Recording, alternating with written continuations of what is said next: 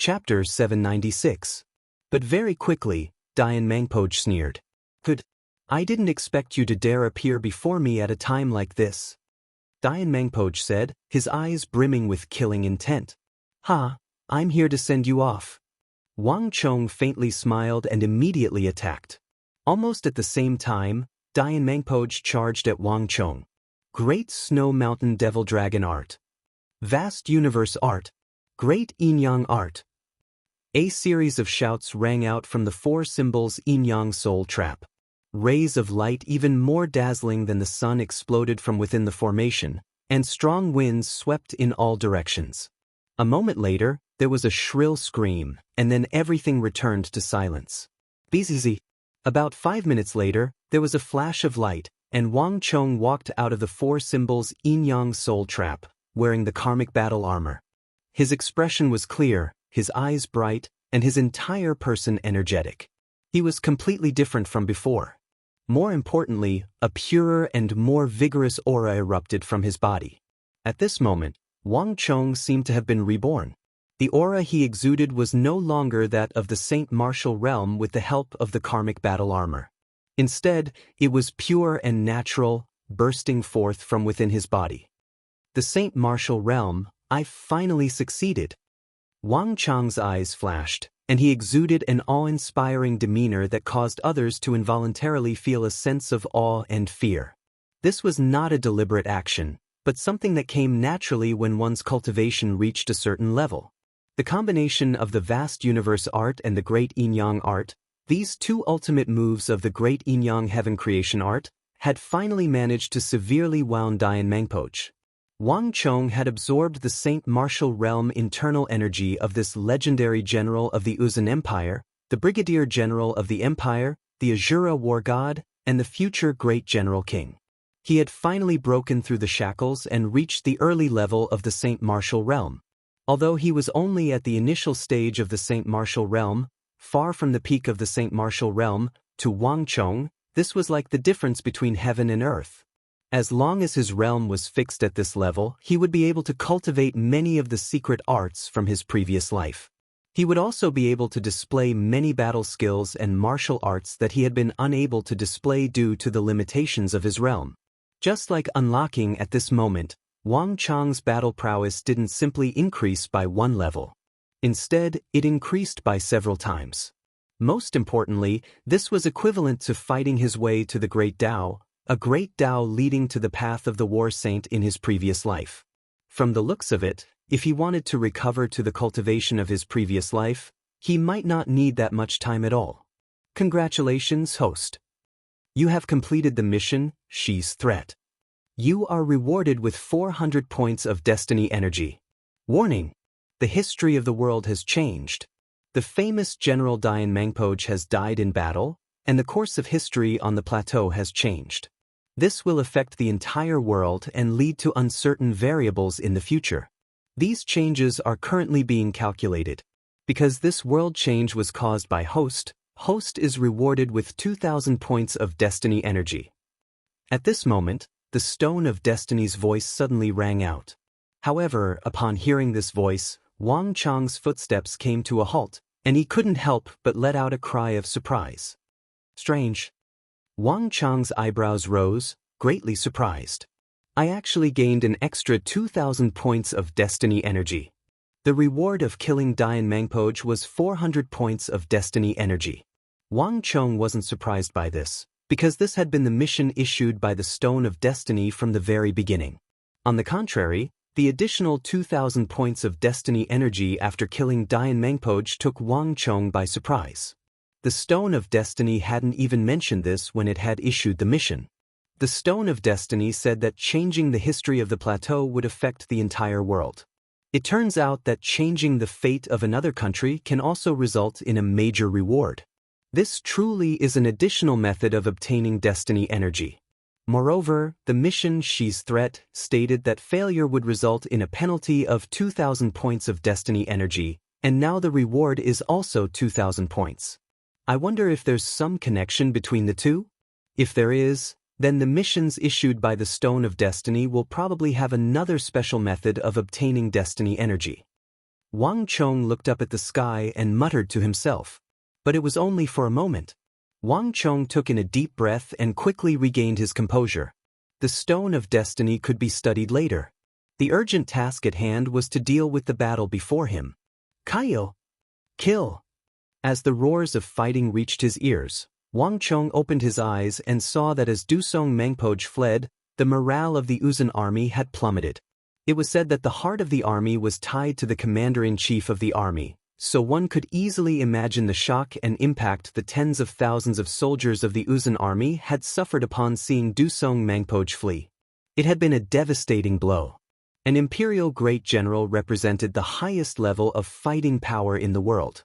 In the hearts of the Tibetan warriors, they would never run away from them. When Dusong Mangpoj was pursued by the evil emperor and the chief of Wushang, two supreme experts of the profound martial realm, the deepest and most deeply rooted belief in the hearts of the Uzun army crumbled. The collapse of the tens of thousands of soldiers of the Uzun army had been spontaneous and comprehensive. In the blink of an eye, a full-scale assault had been transformed into a mass escape. The unique geography of the triangular gap also displayed its power. While Wang Chong was dealing with Dian Mangpoj in the four symbols yin-yang soul trap, all the Wushang cavalry had finished gathering and were being led by Li Sai in pursuit of the Uzun army. Although they had lost the support of Wang Chong's powerful war rings, the most formidable white braves of the Uzun army had also lost the support of Dian Mangpoj, the Great Bond Formation, and many more war rings. Coupled with the charge of tens of thousands of their own soldiers, the white braves were like dragons without a leader and no longer possessed the terrifying fighting power they were rumored to possess. Interesting. Wang Chong's eyes flashed as he roughly guessed at the cause and effect of the matter. His lips curled into a smile. Twang. There was a sharp whistle and a cloud of dust as the white-hoofed shadow whizzed over. Wang Chong mounted his horse and charged out of the city gate. As he charged out of the city of steel, Wang Chong smiled and released his war halo. Boom, boom, boom. With a clatter of metal, one halo after another descended from his body, enveloping the white-hoofed shadow's feet. Then, like a hurricane, the halo expanded without end, rapidly spreading out from the city to the entire army. Boom! Heaven-shaking cheers came from outside the city of steel. Marquis! It's Marquis! Marquis was just dealing with Dian Mangpoj. Now that Marquis has come, Dian Mangpoj is dead. Charge! It's time for our counterattack. Don't let them escape. Waves of cheers rose and fell, as if the earth was splitting and the mountains were collapsing. Although they couldn't see anything, they could clearly sense that a vast amount of energy outside the city had suddenly grown many times stronger and soared into the sky. The three halos of Dusk Stallion, the bane of the battlefield, the bane of generals, all these halos were added together, increasing the enemy's strength. One could easily imagine the situation the Uzun army was in. Screams, neighs, and panicked shouts filled the air. Even though he was very far away, Wang Chong could still sense the panic. Wang Chong knew that he had truly won this battle. Hiya! Wang Chong quickly leaped over the city gate and gave chase. Outside the city, Wang Chong could see from his warhorse that the entire northern border of the Tibetan plateau was in complete chaos. Several thousand Wushang cavalry had split into small arrow formations and were chasing the fleeing Tibetans north and south. Translated by Hypersheep 325. Wherever they went, the Uzun army would crumble. No one dared to stop, much less resist. All of them had panicked expressions on their faces as they fled, not even bothering to form a formation. At such an advantageous moment, even the experts of all the aristocratic families in the city rushed out and chased after them. The earth was covered in corpses, the corpses of the Uzun cavalry. Broken weapons and halberds littered the ground. Even the long and massive banner of Dusong Mangpoj, painted with a white eagle, had been snapped in two and was thrust into the plateau, its broken pieces fluttering in the wind. Clang! As Wang Chong was looking around, he suddenly heard a metallic clatter from beneath him. Before Wang Chong could react, the milky white halo representing the bane of the battlefield suddenly exploded with light. The halo rapidly expanded, and then, like a washing wave, it began to spread in every direction. Congratulations to user! The bane of the battlefield halo has broken through to the fourth layer. A familiar voice resounded in his mind. Wang Chong was at first stunned by this voice, and then he smiled. For the bane of the battlefield halo, which had remained dormant for so long, to suddenly break through at a time like this was truly a pleasant surprise. After all, the bane of the battlefield halo had already reached the third layer, and the further one advanced, the harsher the conditions would be. To be able to break through to the fourth layer at a time like this was truly an unexpected harvest. Hiya! As these thoughts flew through his mind, Wang Chong urged his horse forward. There he could see two figures, one black and one white, galloping toward him. Master! Village chief! Wang Chong called out, his eyebrows raised, his face brimming with joy as he rode forward to meet them. The greatest contributors to this battle were his master, the evil emperor, and the chief of Wushang. If not for them, it would have been rather difficult for him to defeat Dusong Mangpoj with his own strength. Master, village chief, how is it? Did you catch Dusong Mangpoj? Chapter 797. No. This junior truly does have some ability. Elder Fong and I pursued him the entire time, but in the end, he used the strength of an army of tens of thousands to stop us, allowing him to escape. The evil emperor indifferently said, as if he was speaking of a trifling matter. Dusong Mangpoj was a renowned Uzun great general, the eagle of the plateau, and one of the few peak Saint Martial experts, but in the mouth of the evil emperor, he was simply a junior. But even so, Wang Chong did not feel that there was anything wrong with this. Although Dusong Mangpoj was also in existence at the peak of the Saint Martial realm, he was much younger than his master. Moreover, he had not reached the peak of the Saint Martial realm as early as his master, so it was not excessive to call him a junior. Moreover, his master, the evil emperor, had once been the #1 expert of the evil path in the Central Plains. He had killed countless formidable foes, and the number of Saint Martial experts he had killed was not small. His mere mention of him was enough to make all the sect masters and supreme experts of the world pale in fear. In the entire world, there were only a few people who had the right to stand on equal footing with him. Even in the apocalyptic era, when Wang Chong became the Grand Marshal of the world and the strongest war saint in the history of the Central Plains, the name of the evil emperor was like a blazing sun hanging high in the sky, a legendary existence. If even he was like this, then Dusong Mangpoj had even less of the right to be arrogant. I also only just learned that he is an imperial great general of the Uzun. If I had known that he would lead an army to invade the Tang dynasty, I would have never allowed him to leave.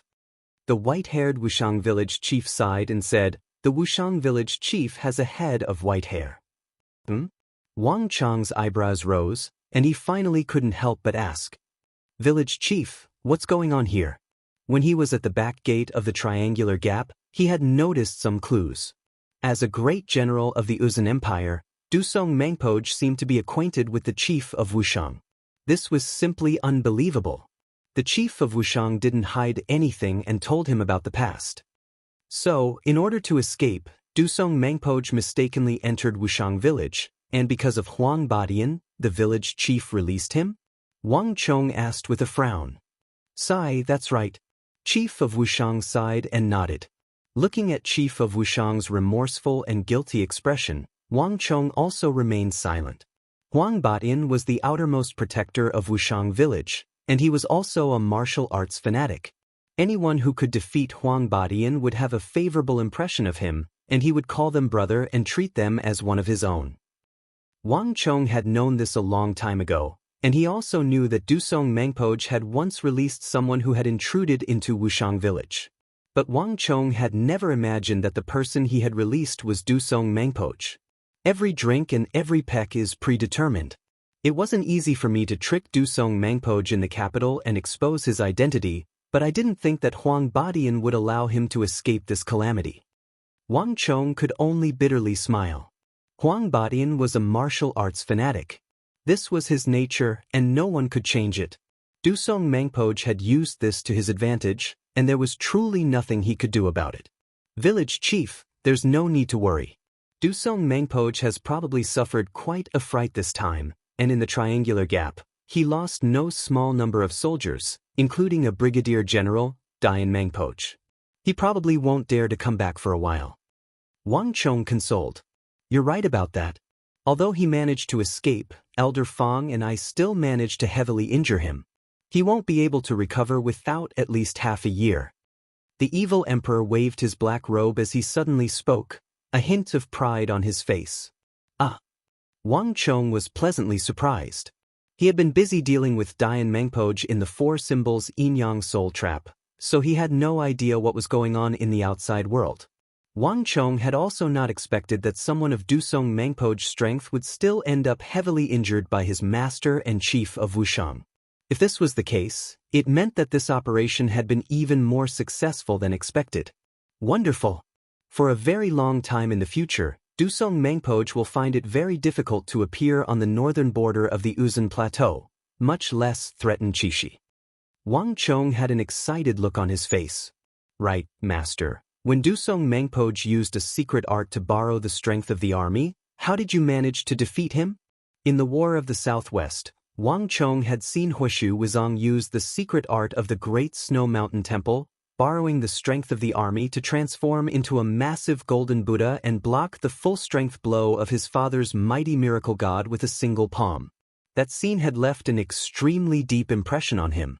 As an imperial great general of the Uzun, Dusong Mangpoch was certain to have a similar secret art. It's no big deal. This secret art is very simple. He can only borrow the strength of the people at his side. The closer you are to him, the more strength you can borrow, and the farther away you are, the less strength you can borrow. In order to defeat his secret art, we just need to kill all the people at his side. The evil emperor nonchalantly said, Brother Zhang is correct. This secret art truly isn't that big of a deal. Chief Wushang had an indifferent expression on his face as he agreed. The calm expressions on the faces of his two elders made it seem like they had done something insignificant, leaving Wang Chong speechless. If the martial arts of the Great Snow Mountain Temple were so easy to defeat, it would not have become a holy land of the Uzun Empire, and the Uzun Empire would not have become a mortal threat to the Tang dynasty. Moreover, Dusong Mangpoch had hundreds of people, thousands of them. These people not only provided energy for Dusong Mangpoch, but they were also supported by his strength. Killing them all was easier said than done, but to his master and the Wushang village chief, this was a trifling matter like eating a meal or drinking a cup of water. Rumble! As they were speaking, dust suddenly churned in the distance, and a massive explosion alarmed the trio. Wang Chong turned his head and saw that hundreds of cavalry were charging from the northwest. This seems to be the cavalry of the Tang dynasty? Chief Wushang slightly closed his eyes as he looked into the distance. He didn't have a very good understanding of the Tang dynasty's army, but he could roughly tell which side was on his side. It's the Qixi Protectorate. Wang Chong slowly said, his heart sinking. The ones who had charged out at this moment were the Qixi Protectorate and Fomin Linta, who had been watching from the sidelines this entire time. They've come to steal the credit. Dayan Mangpoch was dead, Dusong Mangpoch was heavily injured, and the entire Uzun army was in shambles. Fomin Linta and the Qixi Protectorate had chosen this moment to charge out when the outcome was already decided and they were preparing to reap the fruits of victory. Their intentions were obvious. What? The evil emperor also heard Wang Chong's words and turned his head to look in the direction of the cavalry. The Qixi Protectorate was extremely fast. Even from a distance, they had already pushed their speed to the limit, and with the support of Fomin Linta's halo, they were like bolts of lightning. In the blink of an eye, the tens of thousands of Qixi Protectorate soldiers were like shooting stars, killing their way into the fleeing Uzun army. Nay! For a moment, countless Uzun cavalry were thrown off their horses and trampled to death. Without formation, without organization, and without Dayan Mangpoch and Dusong Mangpoch, the Uzun army was in a state of panic. Without a leader, they could only wait to be slaughtered. Moreover, Fomin Linta was personally leading the charge. Rumble! The heavens swayed and the earth quaked as an explosion erupted from the densest part of the army. Screams filled the air as flames soared into the sky. Hundreds of Tibetan soldiers and their horses were flung into the air by a power as vast as the sea and blasted away. With a single strike, a large portion of the battlefield had been cleared. And in that empty battlefield, Wang Chong could clearly see an extremely tall and muscular figure, wielding a massive saber that exuded a tyrannical aura that seemed capable of cleaving apart the world. His fiery aura was also fiercely trembling, exuding a sense of extreme danger that made one want to get as far away from him as possible. On this battlefield, he was undoubtedly the king, a powerful existence that ruled over all. All the soldiers, whether white braves or Wushang cavalry, were as insignificant as ants in front of him. Fomin Linta. Wang Chong recognized him at a glance. He had seen Fomin Linta in the City of Steel, and his image had been deeply imprinted in his mind. This Qixi Protector General had first holed up and then borrowed a knife to kill, using Dusong Mengpoj and the Uzun to deal with Wang Chong. Now that the situation had taken a turn for the worse and Dusong Mengpoj had been defeated, he had mobilized his army to steal the credit. Wang Chong did not have an army, and the 5,000 Wushang cavalry could not be considered the orthodox cavalry of the Tang dynasty. This meant that if Fomin Linta wanted to steal the credit, Wang Chong would not be able to do so. Wang Chong could already guess at Fomin Linta's next plan. If everything went as expected, Fomin Linta would quickly submit a memorial to the imperial court, claiming all the credit for this battle. After all, no other faction had been spectating this battle besides his and Fuming Lingcha's factions, so it was hard to prove anything. If they really did pursue the matter, Fuming Lingcha would be able to produce evidence that Wang Chong had truly participated in this battle. There was no way Wang Chong could argue against him. Bastard! In battle, you're more passive than anyone else, and when it comes to stealing credit, you're more proactive than anyone else. You even know how to use the enemy's strength to deal with your own. Do you really think that just because I'm young, have less experience, and have lower status than you that I can't do anything to you? Wang Chong stared at that stalwart figure, a hint of anger flashing through his eyes. Master, village chief, I'll go see him. Wang Chong suddenly mounted his horse and galloped off in Fomin Linta's direction. Let's go take a look as well. Behind him, the evil emperor and chief of Wushang glanced at each other before following. In the distance, the Wushang cavalry had already encountered the Qixi Protectorate, and some of the soldiers were in a deadlock. When Wang Chong arrived, all the soldiers retreated to the sides. Even the soldiers of the Qixi Protectorate subconsciously lowered their heads and retreated to the sides when they saw Wang Chong. Chapter 798. In this battle, the Qixi Protectorate had acted very inappropriately. As the protector of Qixi, it had failed to fulfill its duty. Instead of attacking when it should have been, they had come out to steal the credit of the battle. This was truly not the conduct of a true soldier. Now that the original owner had appeared, all of them were naturally ashamed. With the appearance of Wang Chong, time seemed to stop, and all was deathly still. All eyes gathered on Wang Chong, and in the center of the battlefield, that stalwart and tyrannical godlike figure had also come to a sudden stop. His hand on his saber, his eyes were bright as he quietly stood there. His dignified and domineering gaze fell on Wang Chong, cold and emotionless. Wang Chong, you have rendered a meritorious service by assisting the Qixi Protectorate in attacking Uzun. Once this matter is over, I will definitely present a memorial to the imperial court to commend you for your service. Fomin Linta did not wait for Wang Chong to speak. His confident demeanor made it seem as if the one fighting with Uzun for so long was not Wang Chong and the Wushang cavalry, but Fomin Linta and his Qixi army. Lord Protector General has rendered such a great service that Wang Chong might have to give Milord a gift. A few days ago, the western regions delivered a divine turtle.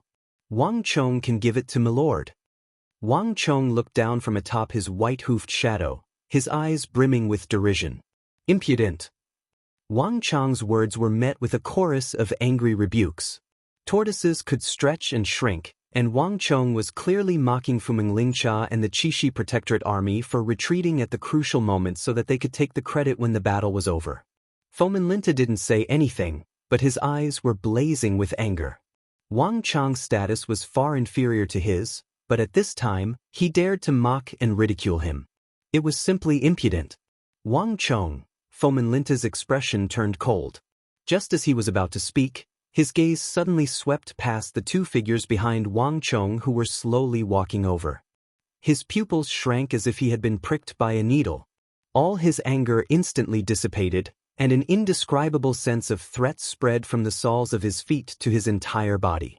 For no reason at all, Fomenlinta's entire body tensed up, as if there was a prick on his back. It's them.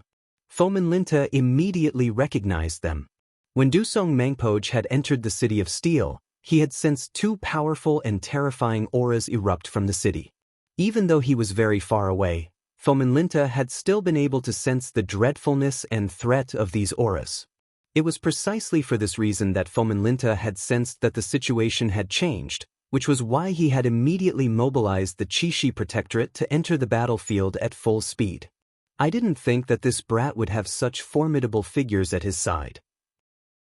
Just how many more secrets does he have?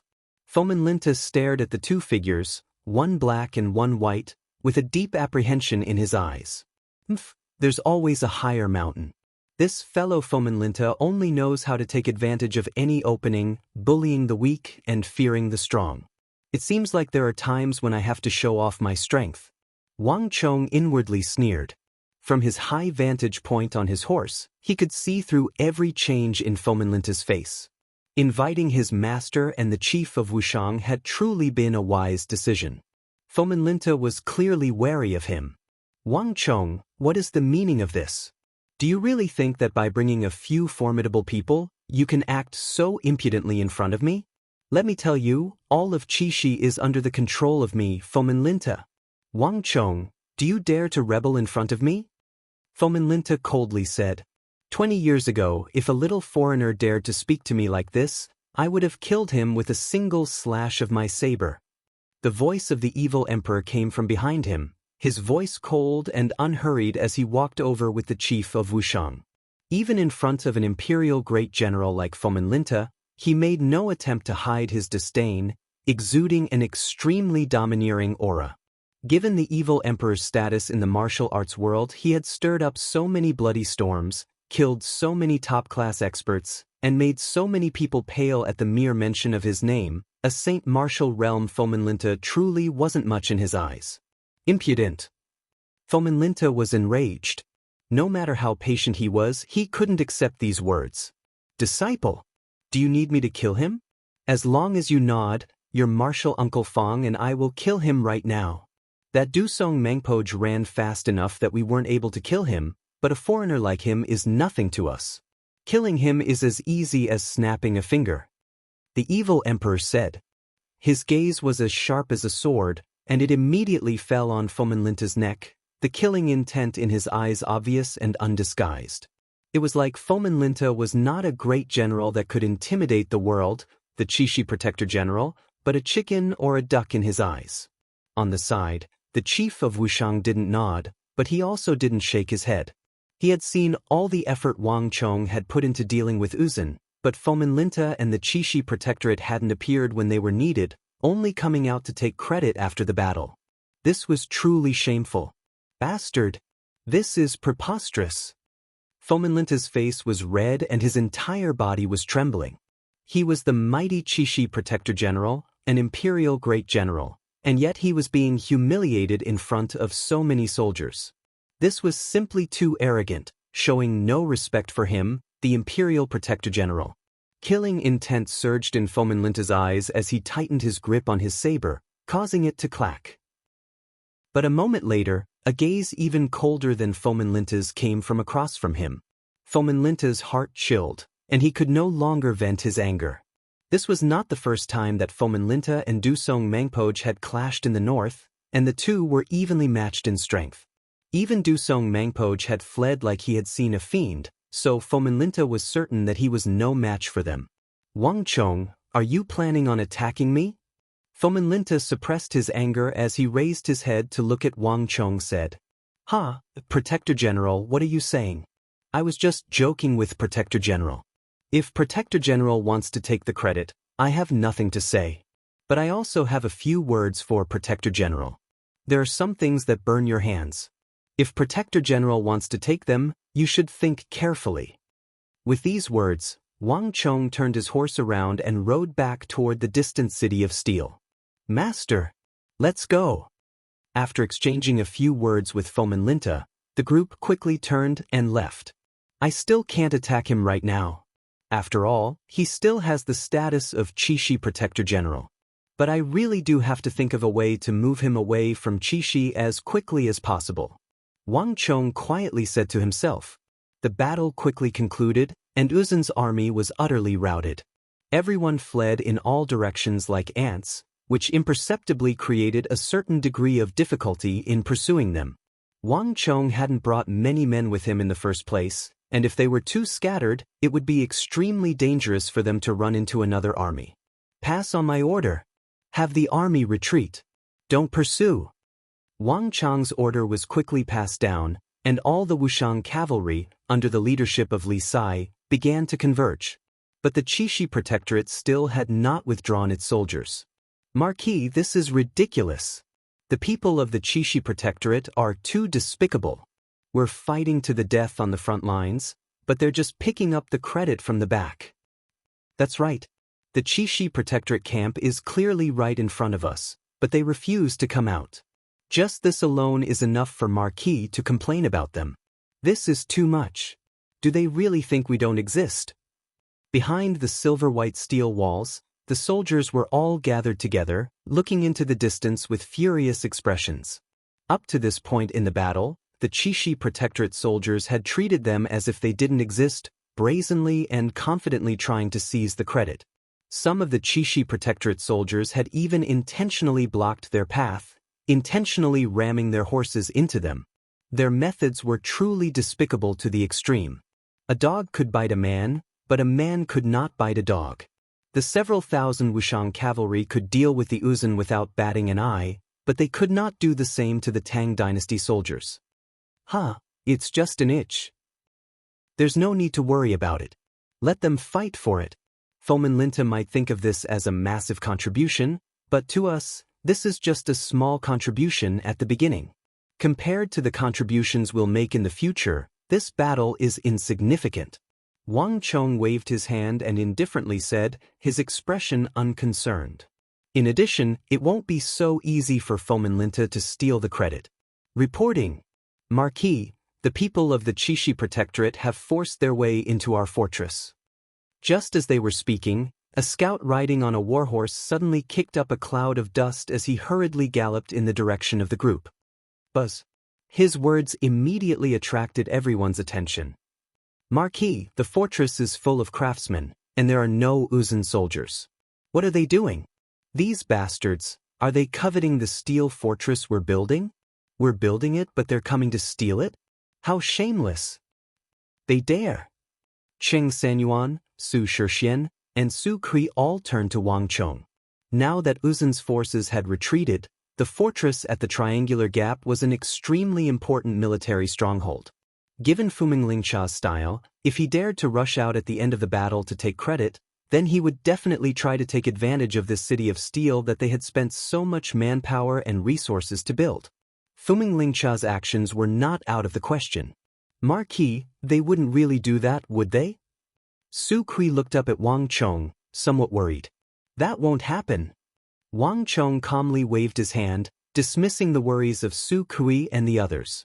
Given Fomenlinta's personality, there's an 80 to 90% chance that he's thinking of stealing this fortress from us. After all, this fortress would be the equivalent of a base for the Qixi Protectorate, making it much more convenient. However, he would only think about it. He would never actually do such a thing. A mighty great general of the empire would not be so foolish. Chapter 799. Up until now, only we have been able to build it. Wushang City is the best proof. This modular city has a deep imprint on it. Fomenlinta wouldn't be so stupid as to tamper with it, even if he did think so. No one in the court would believe that this city was built by Fomenlinta and his Qixi Protectorate. Seeing the puzzled expressions on everyone's faces, Wang Chong smiled. And after the battle, the city was damaged. Without our help, Fomenlinta wouldn't be able to repair it. Only we can control the subsequent maintenance and the many mechanisms of the city. Fomenlinta is a smart man. Even if he wants to snatch it, he won't do it now. Fomenlinta must have other plans for sending people into the city at this time. Speak, what's going on? With these last words, Wang Chong turned his head to look at the scout who had reported the news. The scout did not dare to be negligent and hurriedly reported what had happened in the city. As it turned out, while Wang Chong was gathering his troops, at least 20 people from the Qixi Protectorate had sneaked into the city in the rear when no one was paying attention. The movements of these people were very strange. They did nothing but look around as if they were looking for something. And the strangest thing was that these people were not ordinary scouts.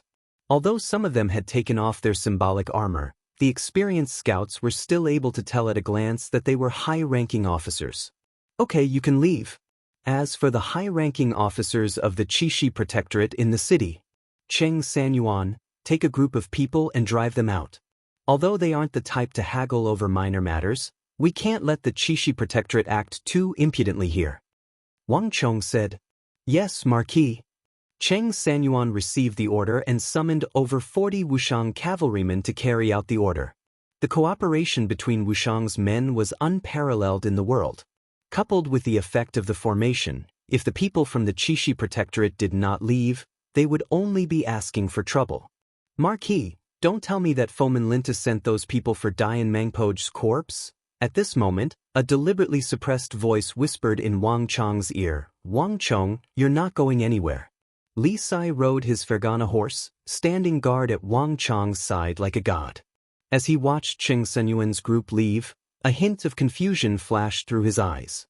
Wang Chong did not look back. He looked straight ahead and nodded slightly. His expression became more serious. Fomenlinta probably didn't know at first. But now, he must have captured some of the Uzun's men and found out about Dian Mangpoge. There are many people on the battlefield. When I was dealing with Dian Mangpoge, many of the Uzun's men rushed in and witnessed the scene of Dian Mangpoge being trapped by Elder Fong and Elder Du. It can't be helped. But as long as Fomenlinta can't find Dian Mangpoge's corpse, he won't be able to snatch the credit from Marquis. Li Sai urged his horse forward and said in a low voice, Hehe, this is why I'm not afraid of Fomenlinta taking the credit. Some credit can't be snatched just because you want it. Dian Mangpoge came from the Great Snow Mountain Temple and is a brigadier general of the Uzun. He is known as the Azura god of war of the Uzun and has a lot of achievements in the western regions. As long as Dian Mangpoge's corpse is in our hands, it will be difficult for Fomenlinta to claim the credit. Wang Chong smiled. It was not that he was magnanimous and could give Fomenlinta all the credit. It was just that Fomenlinta could not take away his credit from the beginning. Dian Mangpoge, as one of the commanders of the Uzun side in this war, played a decisive role. When Fomenlinta saw him come out empty-handed, he probably thought that Dian Mangpoge had escaped. After all, a brigadier general of that level should have a high chance of escaping if he wanted to. But he had already planned for Dian Mangban from the moment he had set foot on the plateau, so how could he allow him to smoothly escape? Let's go. If everything goes according to plan, Fomenlinta will be here soon. After Wang Chong gave the order, all the Wushang cavalry entered the city. Not long after Wang Chong entered the city, more than 10 people from the Qixi Protectorate were chased out. What are you doing? We are from the Qixi Protectorate. Do you really think this is your territory? How dare you attack us? You are rebelling. How dare you? Let go of me. That all the soldiers of the Qixi Protectorate army had been tied up and thrown out of the city. They were pushed and shoved, and though they were still moving forward, their necks were stiff and they were cursing as they walked, and the curses were getting nastier and nastier. We are still at war with the Uzun. Tell them that if they don't shut up, they will be treated as deserters. As a Marquis of the Imperial Court, I should have no problem helping Protector General Fomenlinta deal with a few deserters. Wang Chong stood on the city wall and looked down at the people from the Qixi Protectorate who were thrown out. His words were quickly conveyed. As expected, the people from the Qixi Protectorate immediately quietened down. They trembled and closed their mouths, not daring to say anything else. Marquis Fomenlinta is coming our way. Cheng Sanyuan looked into the distance and warned. Wang Chong turned his head and saw a tall figure, wielding a massive saber more than 7 feet long. He was like a god that had descended to the mortal world, riding a large and muscular horse toward the city of steel. Translated by Hypersheep 325, pass on my order. Close the gates. Wang Chong waved his right hand and sneered. Yes, Marquis. A messenger flew off, and with a clattering of metal, the 2 massive gates of the city of steel, each weighing tens of thousands of jin, slowly began to close at the triangular gap. A few moments later, there was a massive boom as the gates of the city of steel closed in front of Fomenlinta. Fomenlinta's eyes widened as he stopped his horse. This bastard! Fomenlinta immediately saw Wang Chong on the walls, a hint of anger appearing in his eyes. "Milord, this brat is provoking us." The deputy's indignant voice came from the side. The Qixi Protectorate had always been in charge of Qixi, and Fomenlinta was the Qixi Protector General, the undisputed supreme ruler. For Wang Chong to dare to close the gates in front of him was simply outrageous. He's getting more and more arrogant.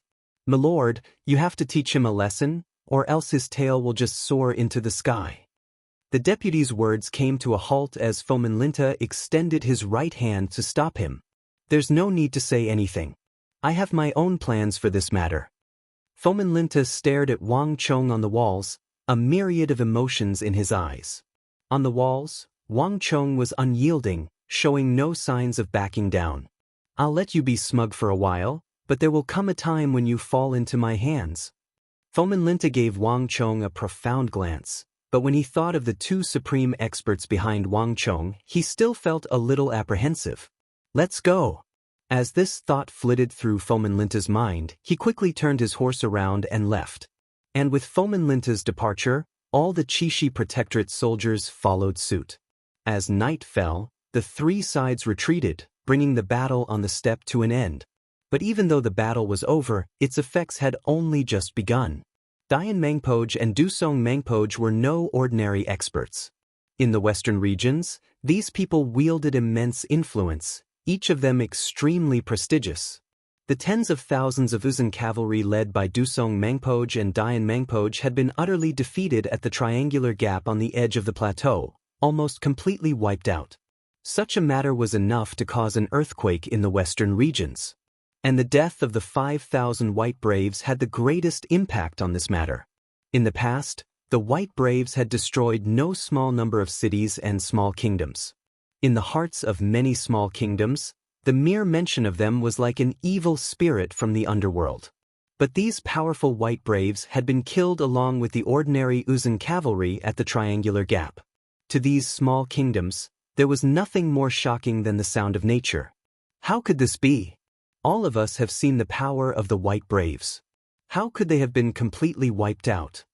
In the northwest corner of the Uzun Empire, south of the Tsong Mountains, close to the Anxi Protectorate's Greater and Lesser Balar, this matter had sent shockwaves through the 2 kingdoms. "Hurry and investigate. I have to know who wiped out the White Braves.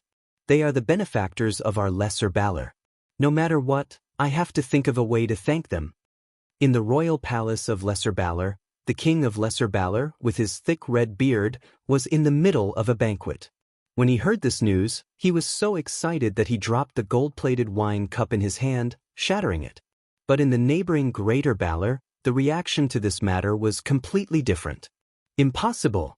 It's impossible for anyone to wipe out the White Braves. All of you know how powerful they are. How could such formidable White Braves have been defeated, and even wiped out? This must be false news spread by someone who wants to harm our great Balar. Pass on my order. Anyone who dares to discuss this matter will be executed." The king of Greater Balar had an ashen face, his thunderous voice echoing over the kingdom. Chapter 800. In the western regions, there were 2 major regional powers. One was the Western Turkic Khaganate, and the other was the Uzun Empire. The Western Turkic Khaganate had maintained an extremely powerful and prosperous state for a very long time, maintaining a long-lasting influence over the kingdoms of the western regions. The Uzun Empire was not like this, but even though it did not have a long history of ruling over the kingdoms of the western regions like the Western Turkic Khaganate, the Uzun Empire still ranked second in terms of influence. At times, even the cavalry of the Western Turkic Khaganate would have to retreat when encountering the cavalry of the Uzun Empire, as if they were extremely apprehensive of them. Now that a battle had taken place on the plateau that involved 2 imperial great generals and tens of thousands of Uzun elite cavalry, if this matter could not attract the attention of the kingdoms of the western regions, then there was nothing else that could. Flap flap. Countless carrier pigeons flew over the skies of the western regions.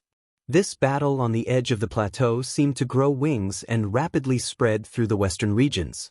In the Anxi Protectorate headquarters, Gao Xianji held the letter in his hand, his brow tightly creased, and he remained silent for a very long time.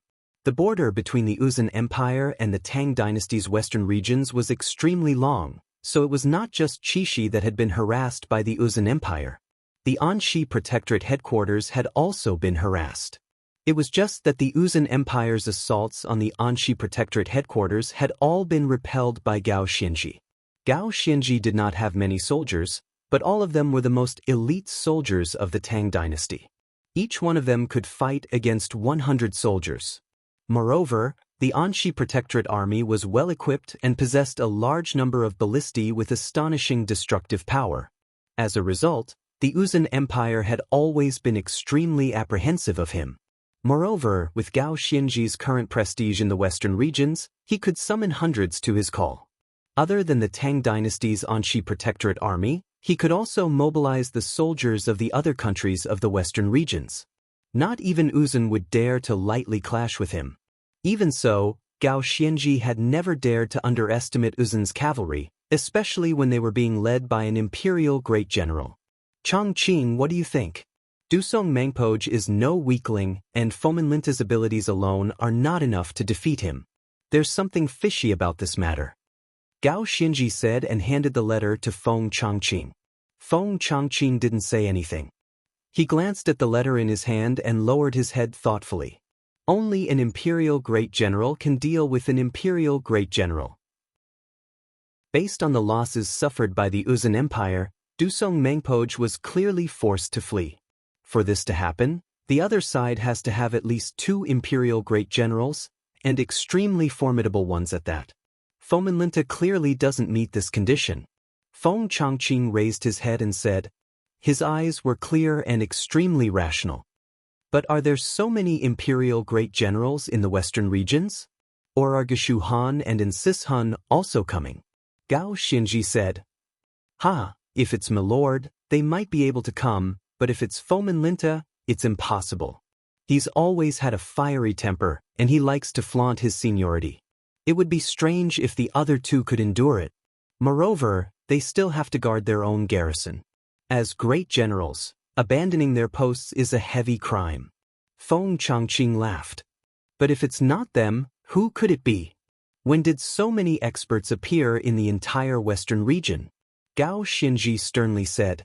These words instantly caused the smile on Feng Chongqing's face to vanish. He instantly sensed the weight of this matter. Imperial great generals were no trifling existences. They represented the highest fighting force in the world, and very few people could reach this level. Moreover, if it wasn't Geshu Han and Insis Han, it meant that there were 2 other imperial great generals in the western regions that they didn't know about. They were even stronger than imperial great generals. My lord, Dusong Mangpoj was defeated at the triangular gap in Uzun's northern border, and if I remember correctly, that place leads to the city of steel that the youngest son of the Wang clan established in Wushang.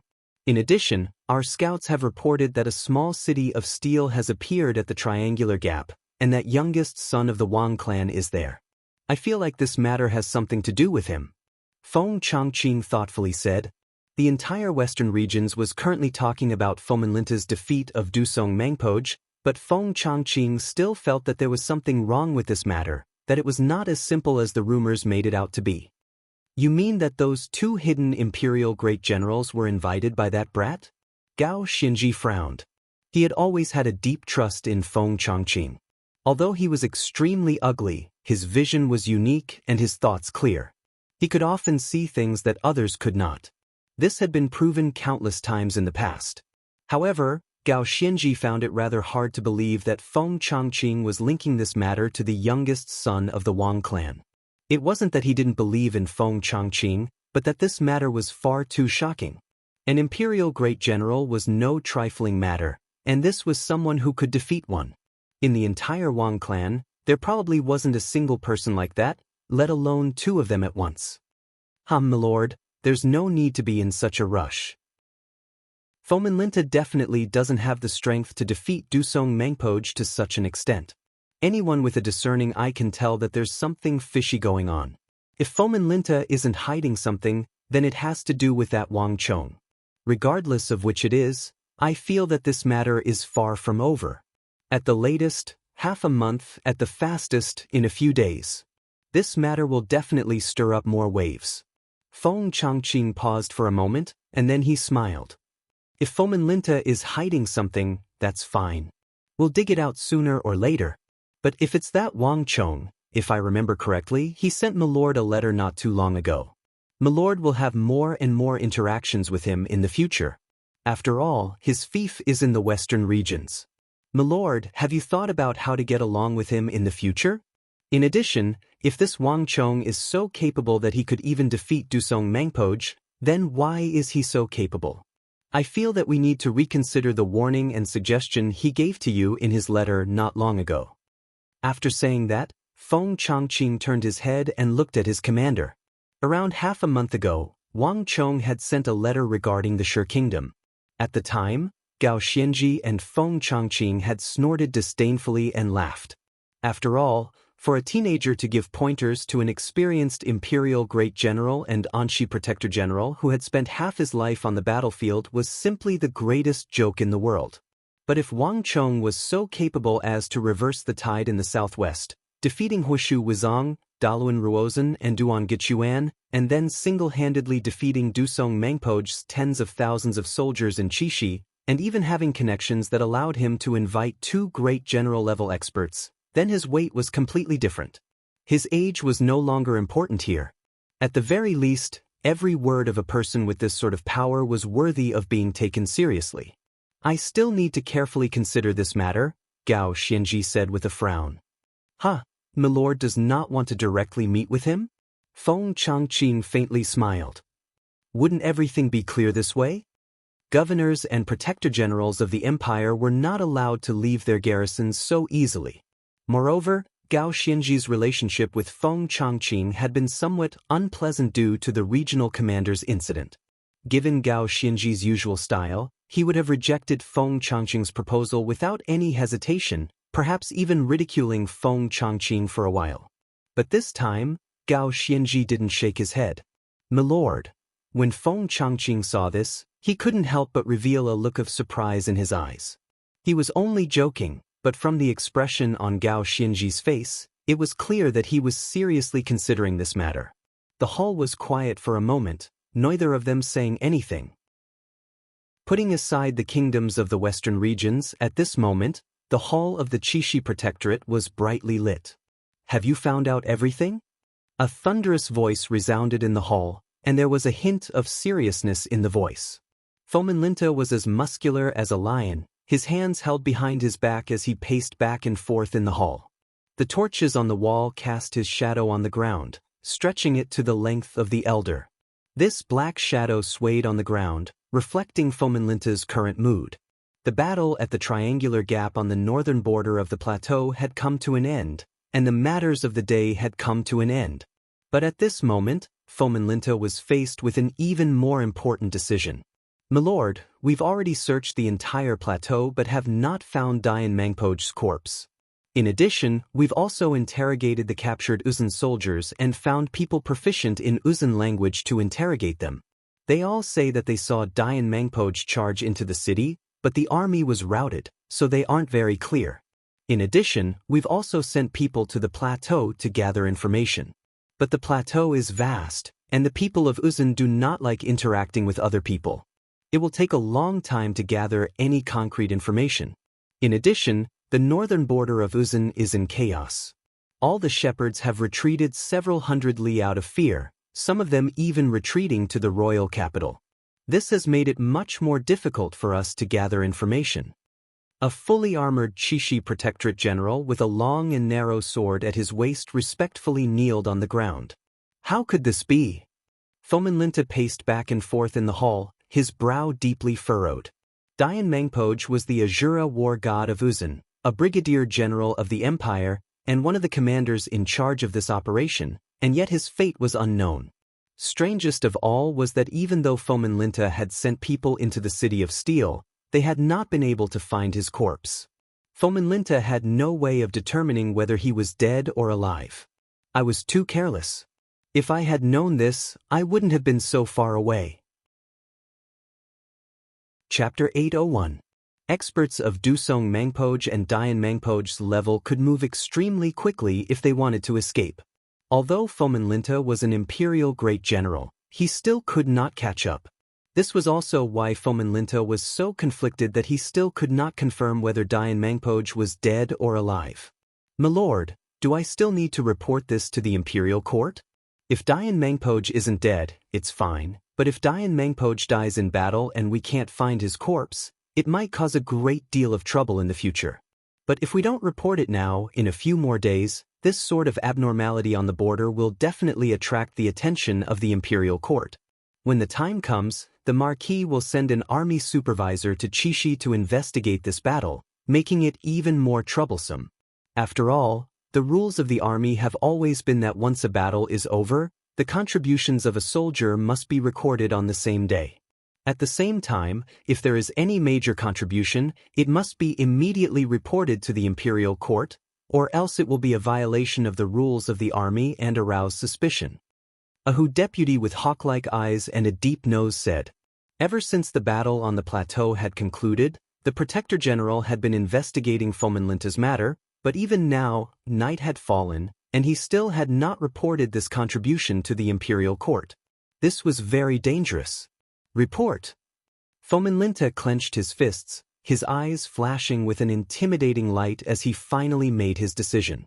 "I want you to draft a memorial to the imperial court right now.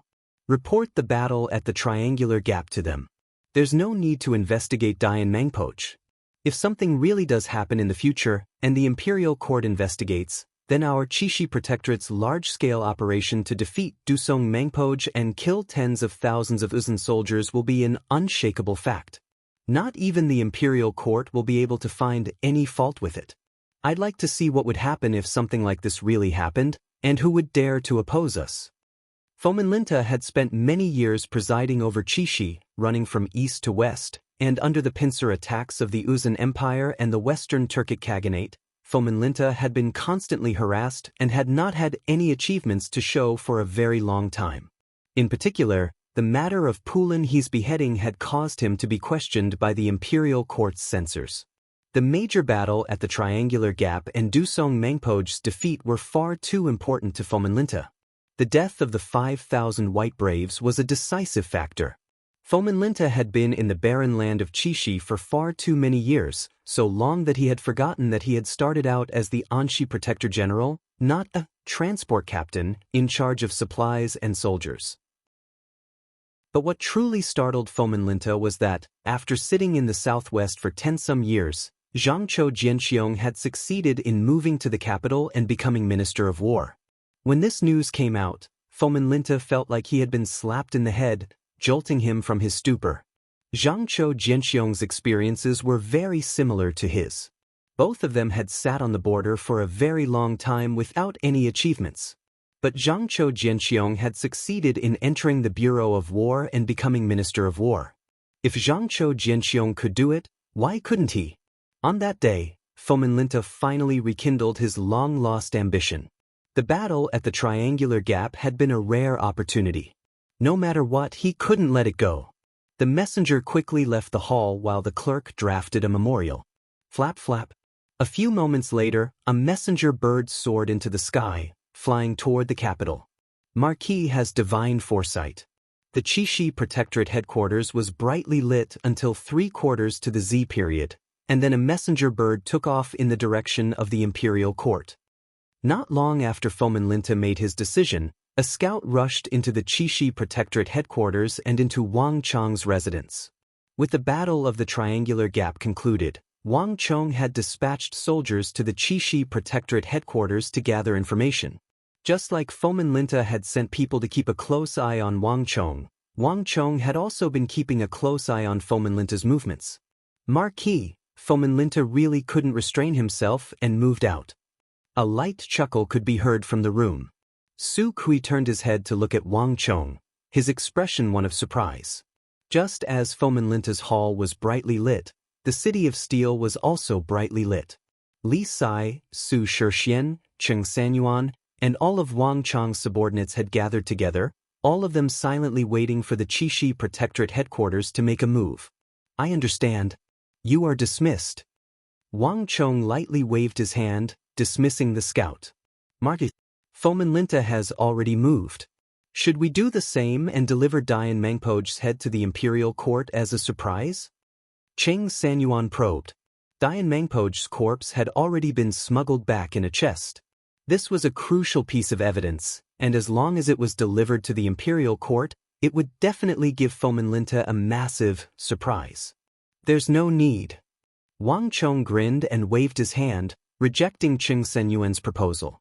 Fomin Linta is a crafty old fox. Whether it was letting Dian Mangpoge pass or using someone else's knife to kill us on the plateau and steal our credit, he did it flawlessly. Even if we report this matter to the imperial court, we'll at most charge him with lying about military intelligence and stealing credit. It won't be enough to deal him a fatal blow. On the other hand, if this matter is exposed, Fomin Linta might fly into a rage out of humiliation and launch a frenzied vengeance against us. At that time, we'll have outsmarted ourselves. Everyone looked at each other, and none of them could say a word. Marquis means that we need to endure for now. But if we do nothing, Fomin Linta might take an inch and take a mile, which isn't very good for us. Li Sai suddenly spoke from the side. That's right. General Li's words are reasonable. The others began to agree. Fomin Linta's status was simply too high. They didn't know if they should take action or not. Moreover, he had dared to steal credit in front of everyone on the plateau, which meant that he was already completely unbridled.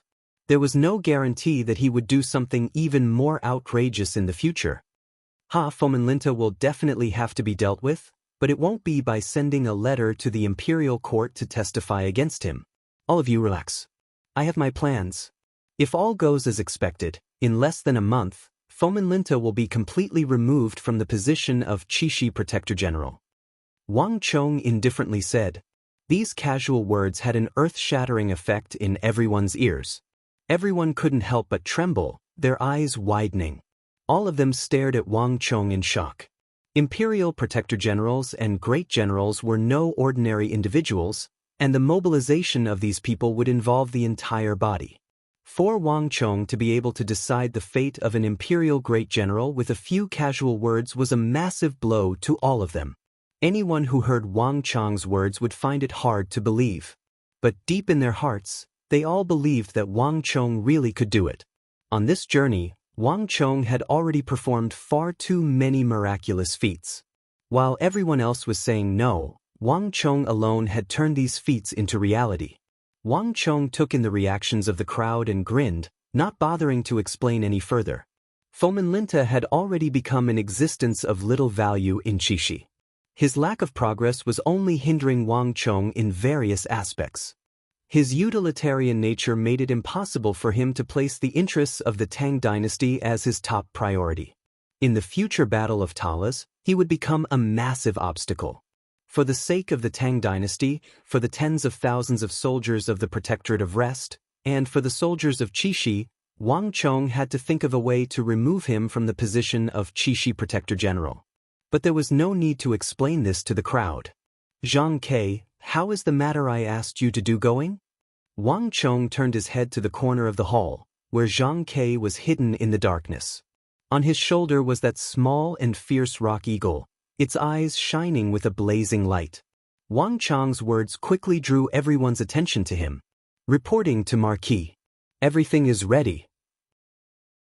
We have already followed Marquis' orders to follow the target. Zhang Ke walked out of the darkness, his right hand pressed to his chest as he bowed.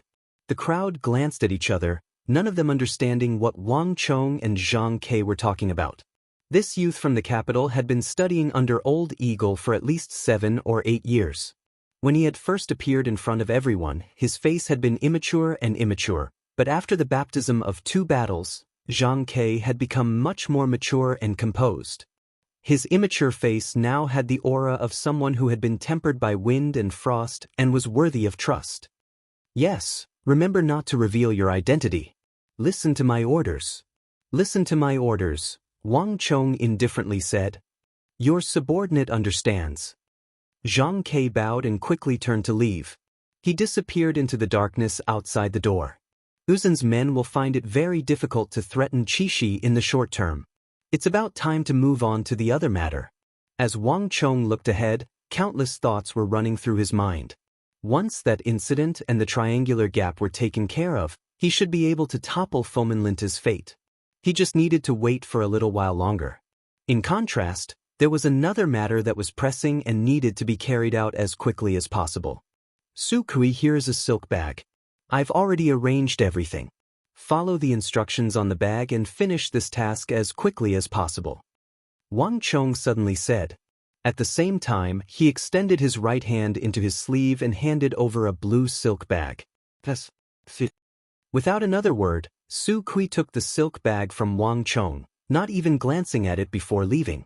After the southwest, Zhangsheng, and the triangular gap, Wang Chong's invincibility and strategic planning had been deeply imprinted into everyone's mind. No matter what Wang Chong said or what order he gave, everyone would unhesitatingly obey and carry out his orders. Chapter 802. Southwest of Wushang, 700 or 800 kilometers away, in a mountain range with steep cliffs and no path connecting it. But more than 2 months ago, more than 100 people had traversed the mountains, cutting their way through brambles and thistles to enter this mountain range. No one knew what they were doing, only that they had spent more than a month clearing a path out of the mountain. Then, they began to dig into the mountain, apparently searching for something. Everyone do your best. Marquis has ordered that if you can find that Lu or everyone will be heavily rewarded. From now on, you will all be able to eat and drink well, and no one will have to worry about food or clothing. This is a once-in-a-lifetime opportunity. Don't be discouraged, don't be disheartened.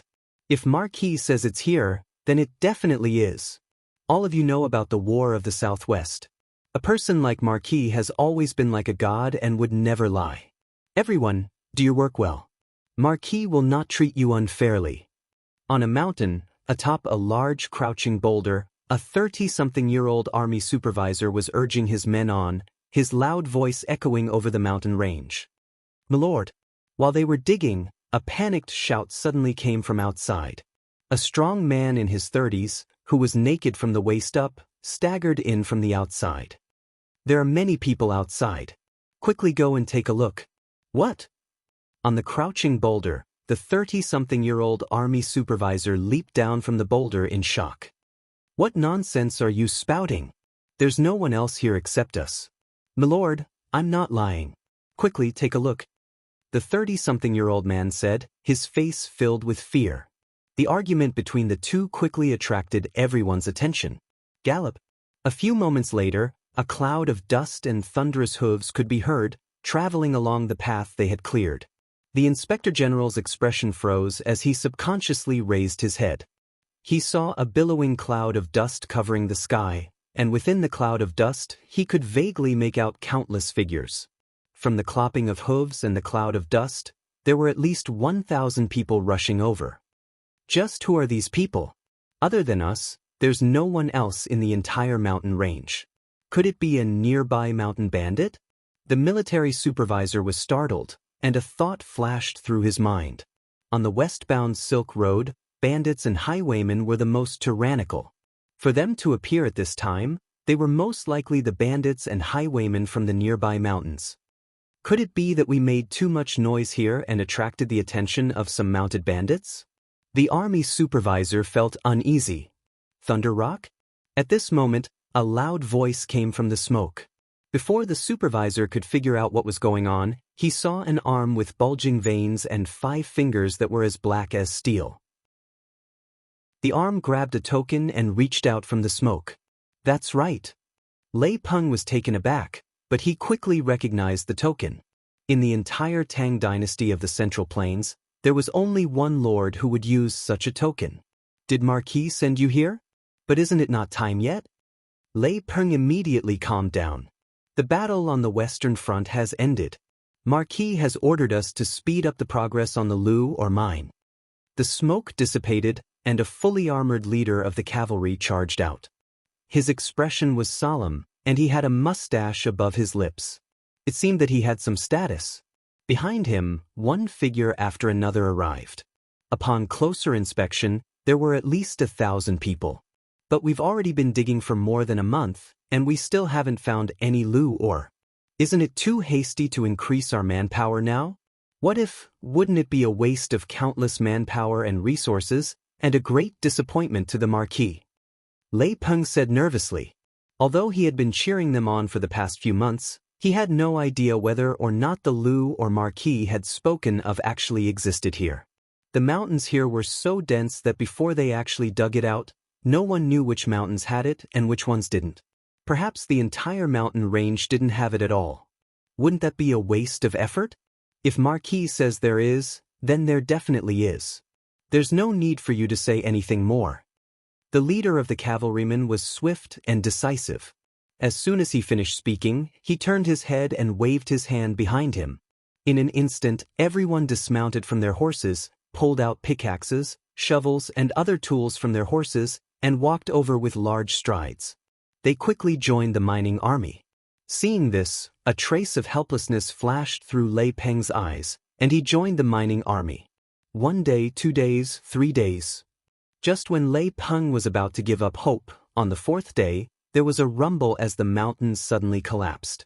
A shout of joy came from within. We found it! We found it! We really did find the Lu or Marquis spoke of. An old miner clasped a large piece of grayish-white ore in his hands and suddenly cried out in excitement. Aluminum ore might have been mistakenly called Lu ore in this era, but Wang Chong had still relied on his memories to successfully find these treasures buried deep in the mountains. If one looked down from a high vantage point, one would realize that there were far more mining teams like this one. In the southeast, southwest, and other places along the Silk Road, Wang Chong had dispatched men to all of them. Moreover, after the battle at the Triangular Gap, he had increased the size of his forces by more than 10 times. This rapidly increased the efficiency of mining, and as more and more aluminum ore was discovered, the great clans of the Tang dynasty that had allied with Wang Chong quickly began to deploy their forces. Cart after cart of aluminum ore was excavated from the depths of the mountains and sent to the capital like rivers flowing into the sea. And in the capital, everything related to aluminum ore was gathered under the name of a single person. "Milord, this is the 1,000th cart of Lu ore that has been delivered today." On the eastern outskirts of the capital, on the westbound Silk Road, an azure-robed guard stood next to Zhao Jingdian, watching as countless carriages passed by, transporting one cart after another of Lu ore. Behind them stood a series of houses. These houses were all made of the simplest and crudest brick construction. There was no furniture inside, only piles of Lu ore inside. In the Tang dynasty, all the iron and copper ores were sought after by the great clans and swordsmiths, but no one knew what this newly discovered Lu ore was for. Although many people believed it to be worthless, it was an indisputable fact that it was highly valued by Wang Chong. Although many great clans still had reservations about Wang Chong's plan, they couldn't stand the fact that the cost of this Lu ore or lime was far too low. For these great clans, even if they participated, their losses would be extremely limited. On the contrary, if they gambled correctly, they would be able to obtain endless benefits from Wang Chong. This was the true reason why so many great clans were participating. The supply this time is truly too large. It seems like Marquis has already freed himself from Wushang. An extremely quick-witted guard next to Zhao Jingdian spoke up, an excited expression on his face. The two of you have rather fast reactions. I just received the news a few days ago that Marquis defeated Dusong Mengpoj and the Uzan on the plateau, sweeping away the threat to the west. For the time being, There shouldn't be any threats to Qixi. Marquis means that we should speed things up on our side. Zhao Jingdian gave a slight nod and said. Zhao Jingdian had not gone with Wang Chong on this trip to Wushang, because Wang Chong had given him an even more important task. The lime, clay, sand, and stones were all extremely unremarkable items that the nobles of the capital would not care about. But Zhao Jingdian could sense that Wang Chong viewed these items with unprecedented importance. This was the primary reason he had stayed behind. How are the craftsmen in the rear coming along with the new mud formula? Zhao Jingdian asked, his gaze still fixed in the direction of Qixi. All the most experienced craftsmen have been working day and night to formulate the best formula, and they've already reaped the rewards. The newly formulated mud, after being hardened, can now withstand the full force blow of a true martial realm expert, but Master Kong and the others say that the hardness of this formula can be increased. In its ideal state, it should be able to withstand the full force blow of a profound martial realm expert. The guard on the left solemnly said. In addition, the masters have agreed that Marquis' idea of adding some steel bars to the mud ahead of time is very reasonable. Moreover, the masters also have some ideas. They feel that we can add some simple toughening inscriptions or defensive inscriptions to the steel bars. This will greatly increase the hardness of the hardened mud, further increasing the amount of strength it can bear. The other guard added. The greatest difference between this world and Wang Chong's previous world was the large number of inscriptions. This also meant that Wang Chong had probably underestimated the heights cement could reach in this world.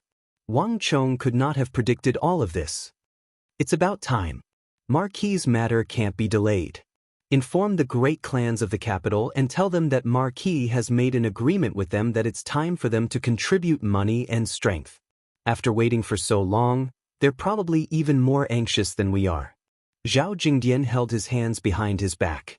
In the days since Wang Chong had left the capital for Wushang, many of the great clans of the capital had come to investigate under the guise of using all sorts of tricks. As a grand clan of ministers and generals, and with the king of Song backing them, no one believed that Wang Chong would deceive them. But none of the great clans knew anything about this matter, and Wang Chong was unwilling to tell them. All the great clans were itching to know, and they could only send people to investigate. Bang! Zhao Jingdian's voice was like a thunderclap crashing over the capital, sending massive waves through the capital. The great clans and nobles were like sharks that had smelled blood, swiftly moving into action. Chapter 803. Buy all of the lime, clay, sand, stones, and whatever Lu or you have and send them over. We'll give him as many people as he wants. We'll give him as much money as he wants. We have to make Wang Chong and the Wang clan owe us a favor. In a small clan in the western part of the city, the 40-year-old clan head roared like thunder. What, risk? Are you afraid that the mighty Wang clan won't be able to pay up? Putting aside everything else, just think about how much each Wuzi steel sword costs. You can't even buy one even if you have the money. Are you afraid that he won't be able to pay up? In the largest abyssal sword tower in the eastern part of the city, Tower Lord Zhao Jinling's spittle splattered everywhere as he cursed at the opposing elders. The elders' faces were red as they covered their faces and fled. Go, go, go! Go, go, go! Gather all the people in our family that can be mobilized. Also, send those bastards born by the third and fourth brothers. They've been idling around all day long. Send them all out. Don't you know that the Zhou clan in the western part of the city has already sent 9 out of 10 elders for fear of falling behind? If they can even send their elders, what are we waiting for? The first to move eats the meat, and the last to move eats the meat. Shit.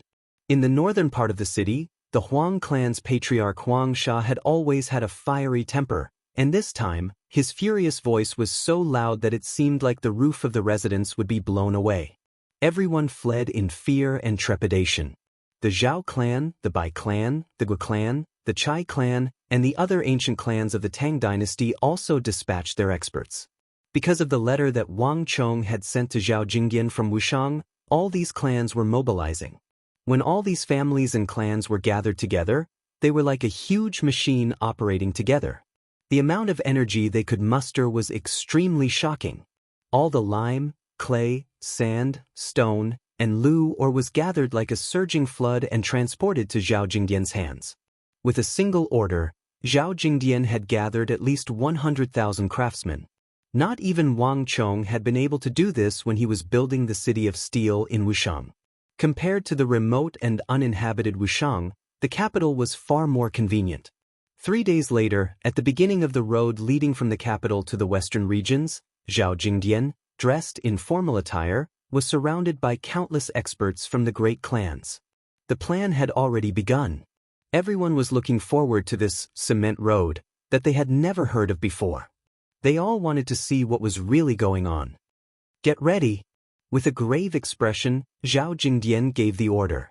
A moment later, several hundred craftsmen lined up on both sides of the road and began to put in lime, clay, and lu ore as they had practiced countless times.